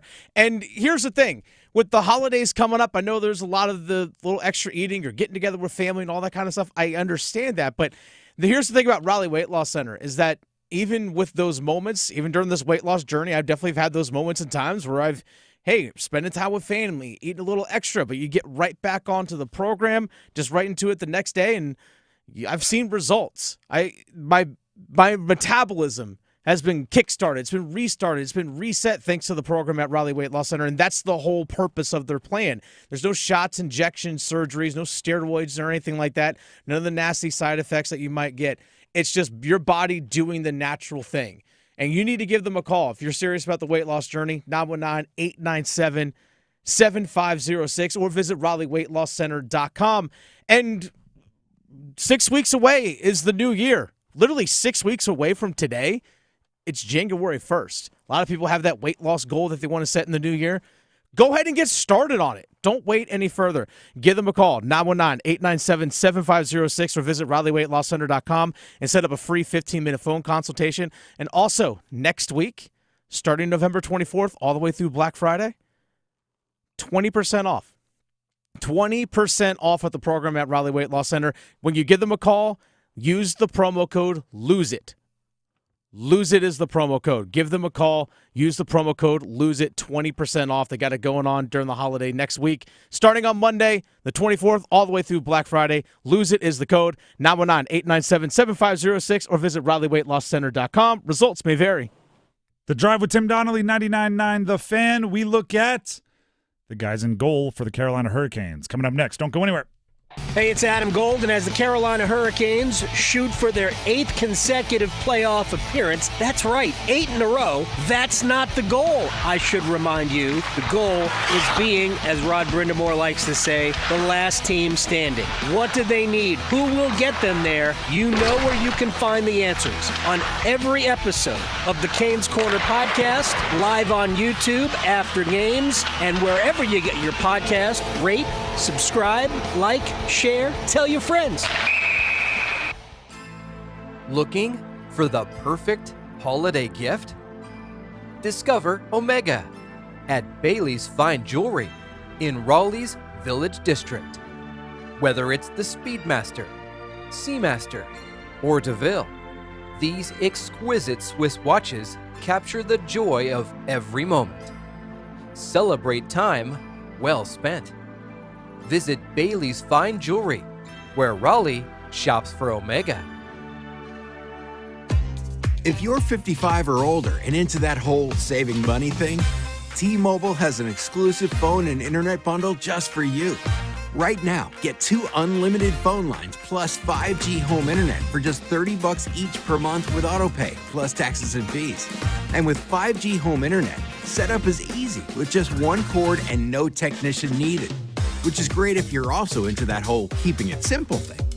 Switch now and experience the best mobile network in the U.S. Visit your local store to start saving. T-Mobile, it's better over here. Based on analysis by Ookla of Speed Test Intelligence data Q4 2024 to Q1 2025, Ookla trademarks used under license. Unlimited on our network. Customers on voice plan may notice speeds lower than other customers and further reduction if using more than 50 gigs a month due to data prioritization. Video streams and SD on this plan. Home internet pricing after $20 in monthly bill credit plus $5 per line without autopay. Debit or bank account required. See 5G device coverage and access details at T-Mobile.com. You're listening to Leaf Filter Radio, and the guru of gutter protection himself, Chris Cunahan, is here to take your most pressing leaf-related questions and bring you a special Black Friday offer. Hey, everybody, Chris here. I understand we have Ron on the line. Ron, where are you calling from? Uh-oh. Ron, are you calling from a ladder? Well, I was. I wanted to ask Chris what I need to do to get my gutters ready to have leaf filter installed. Oh, Ron, you don't have to do anything. A Leaf Filter Trusted Pro will come out and clean out your gutters, realign and seal your gutters, and install Leaf Filter, America's #1 gutter protection system. So I didn't need to get on this ladder? Ron, Leaf Filter Trusted Pros are in your neighborhood and ready to help. Just visit leaffilter.com/deal to schedule your free gutter inspection and get up to 30% off. Thank goodness. What was that site? That's leaffilter.com/deal. And now, as a special Black Friday offer, you can get a free gutter inspection, plus up to 35% off. This is our best offer of the season. Unlock it now at leaffilter.com/deal. See representative for warranty details.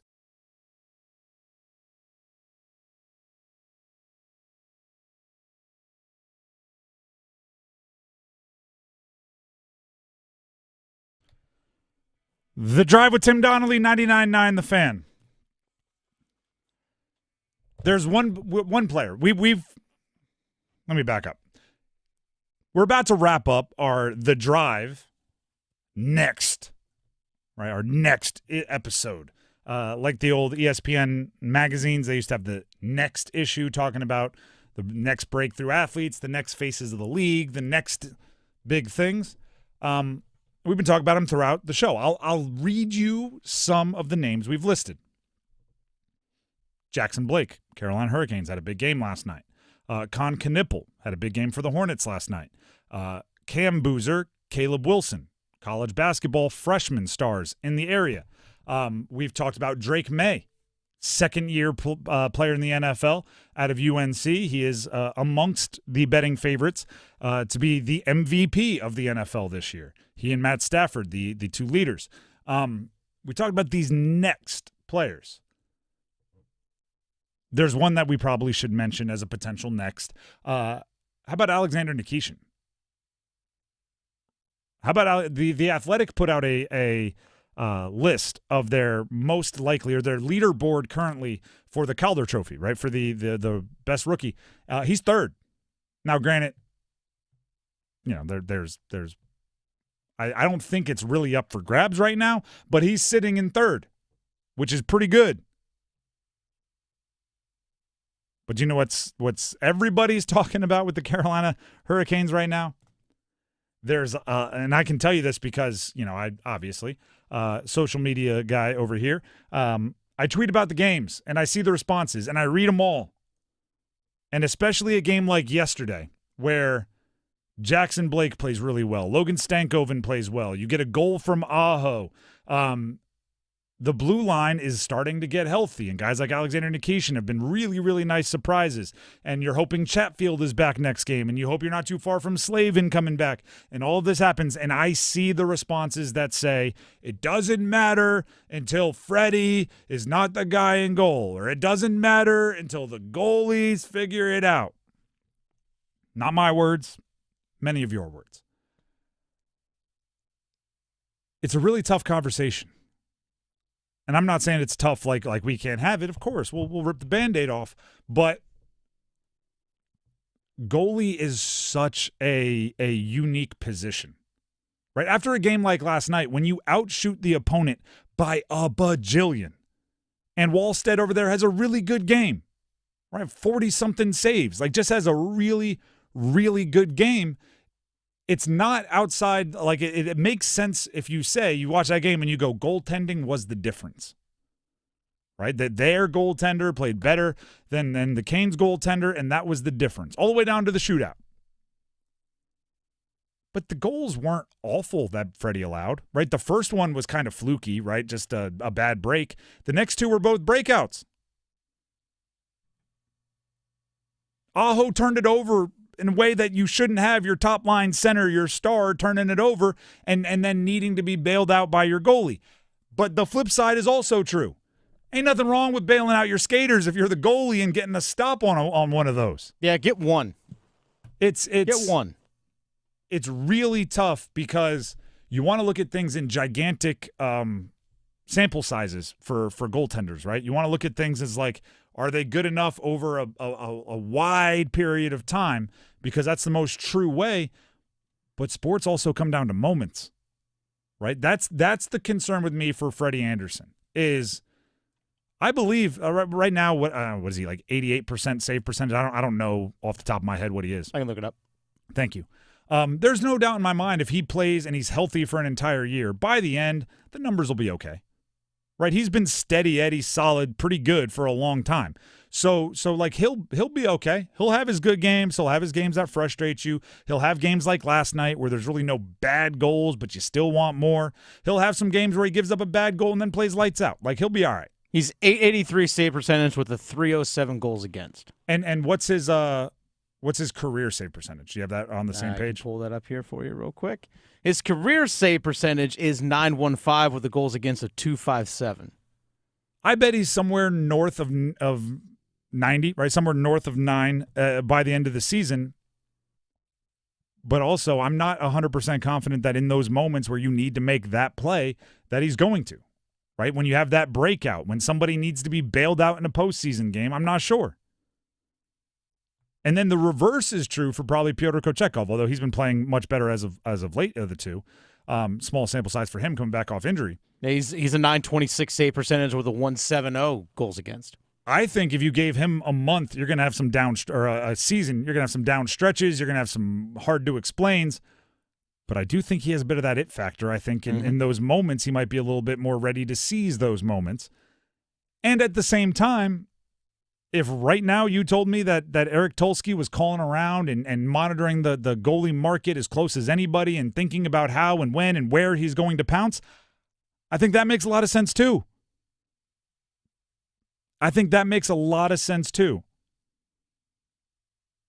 Basically, the Canes are in a really interesting spot in that their roster is pretty good. And it's pretty good pretty much everywhere, right? They have depth. All four lines of forwards can score. When healthy, their blue liners are really accomplished and really athletic, and I think they still have room to grow, but there's a lot there.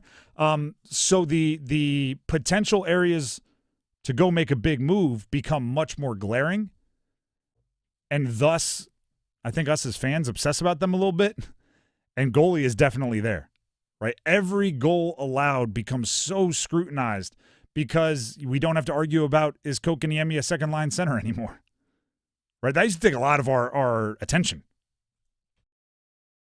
There used to be a lot of that discourse. Now it's like, hey, when Kotkaniemi comes back, I think he's a great fourth-line center. I think that fourth line becomes wild with him and Taylor Hall and Robinson and Stankoven's doing a good job on the second line. I love that line. So it's, I don't know, we don't have to really talk about that a ton. The goalies are what we are going to spend our time. That's the bar argument for the Canes this season. You get together with your friend that you don't see very often, but you know you're both Canes fans. Hey, we'll get a couple of beers down here, and we're going to talk about Freddie Anderson and Pyotr Kochetkov and Brandon Bussey for the next half hour. And we're going to have a heck of a time doing it. And I'll be darned if in the first 10 minutes UC Soros' name isn't popping up. Right? Those are the conversations that are going to be had until, if and or when, one of those guys in a game 7 stands on their head and wins it for you, and then things might change there. But in a weird way, the players on the Canes are judged the same way the Canes are judged, which is there really is nothing in the regular season you can prove to us. Right? If Freddie is really good throughout the regular season, everybody's still going to be going, yeah, but can he stonewall Sam Bennett when we need him to? Like, that's the conversation. So you got to make your move or not make your move by the deadline, which is significantly before we get to know whether the season is a success or not, because that's going to be decided in the postseason. This is where Eric Tulsky, Rod Brindamore, and their decision-making roundtable has to kind of stand on their opinion and be about it. And I'm excited to see what they do. I'm watching, and we're talking, I guarantee you. And we'll talk about it again probably tomorrow and the next day and the next day and the next day. The Drive with Tim Donnelly, 99.9 The Fan. Good thing we have tomorrow and the next day and the next day because we're just about out of time today. But Overdrive is coming up next. We'll continue with our next theme. Talking college basketball first, so stick around for that. Also tonight, Thursday Night Football, Texans-Bills. That coverage starts at 7:30. You can hear it right here on 99.9 The Fan. Other than that, we'll see you tomorrow. Have a great night, everybody.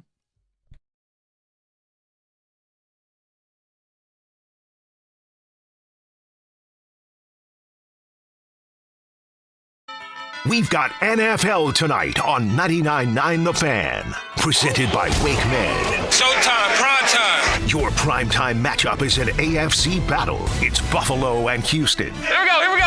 Woo! Pre-game starts at 7:30. Y'all know what time it is, huh? Kickoff at 8:15. Hey, together, baby. We just do this one play at a time. On the Triangle's home for the NFL, 99.9 The Fan. We came here for one thing, to win. Is your heating and air system ready for cooler weather? Call Newcomb & Company to ensure your system is running at peak performance. As a Comfort Contract customer, you'll get priority service and a 15% discount on all HVAC and plumbing service calls and repairs. Newcomb & Company, your independent trained dealer, has proudly served our community for more than 70 years, delivering reliable comfort and peace of mind. Call 919-862-3000 or visit newcombandcompany.com. Newcomb & Company, your comfort is our business. What if you could pull up to $500,000 in cash out of your home and drop your mortgage rate down to 4.99% APR? Hey, it's Dennis Cox. Right now at Loan Pronto, they've got the lowest rates in 3 years. With Loan Pronto's Rapid Equity Loan, you can get your cash in as little as 3 days. Pay off all those high-interest credit cards and even skip your next 2 house payments. One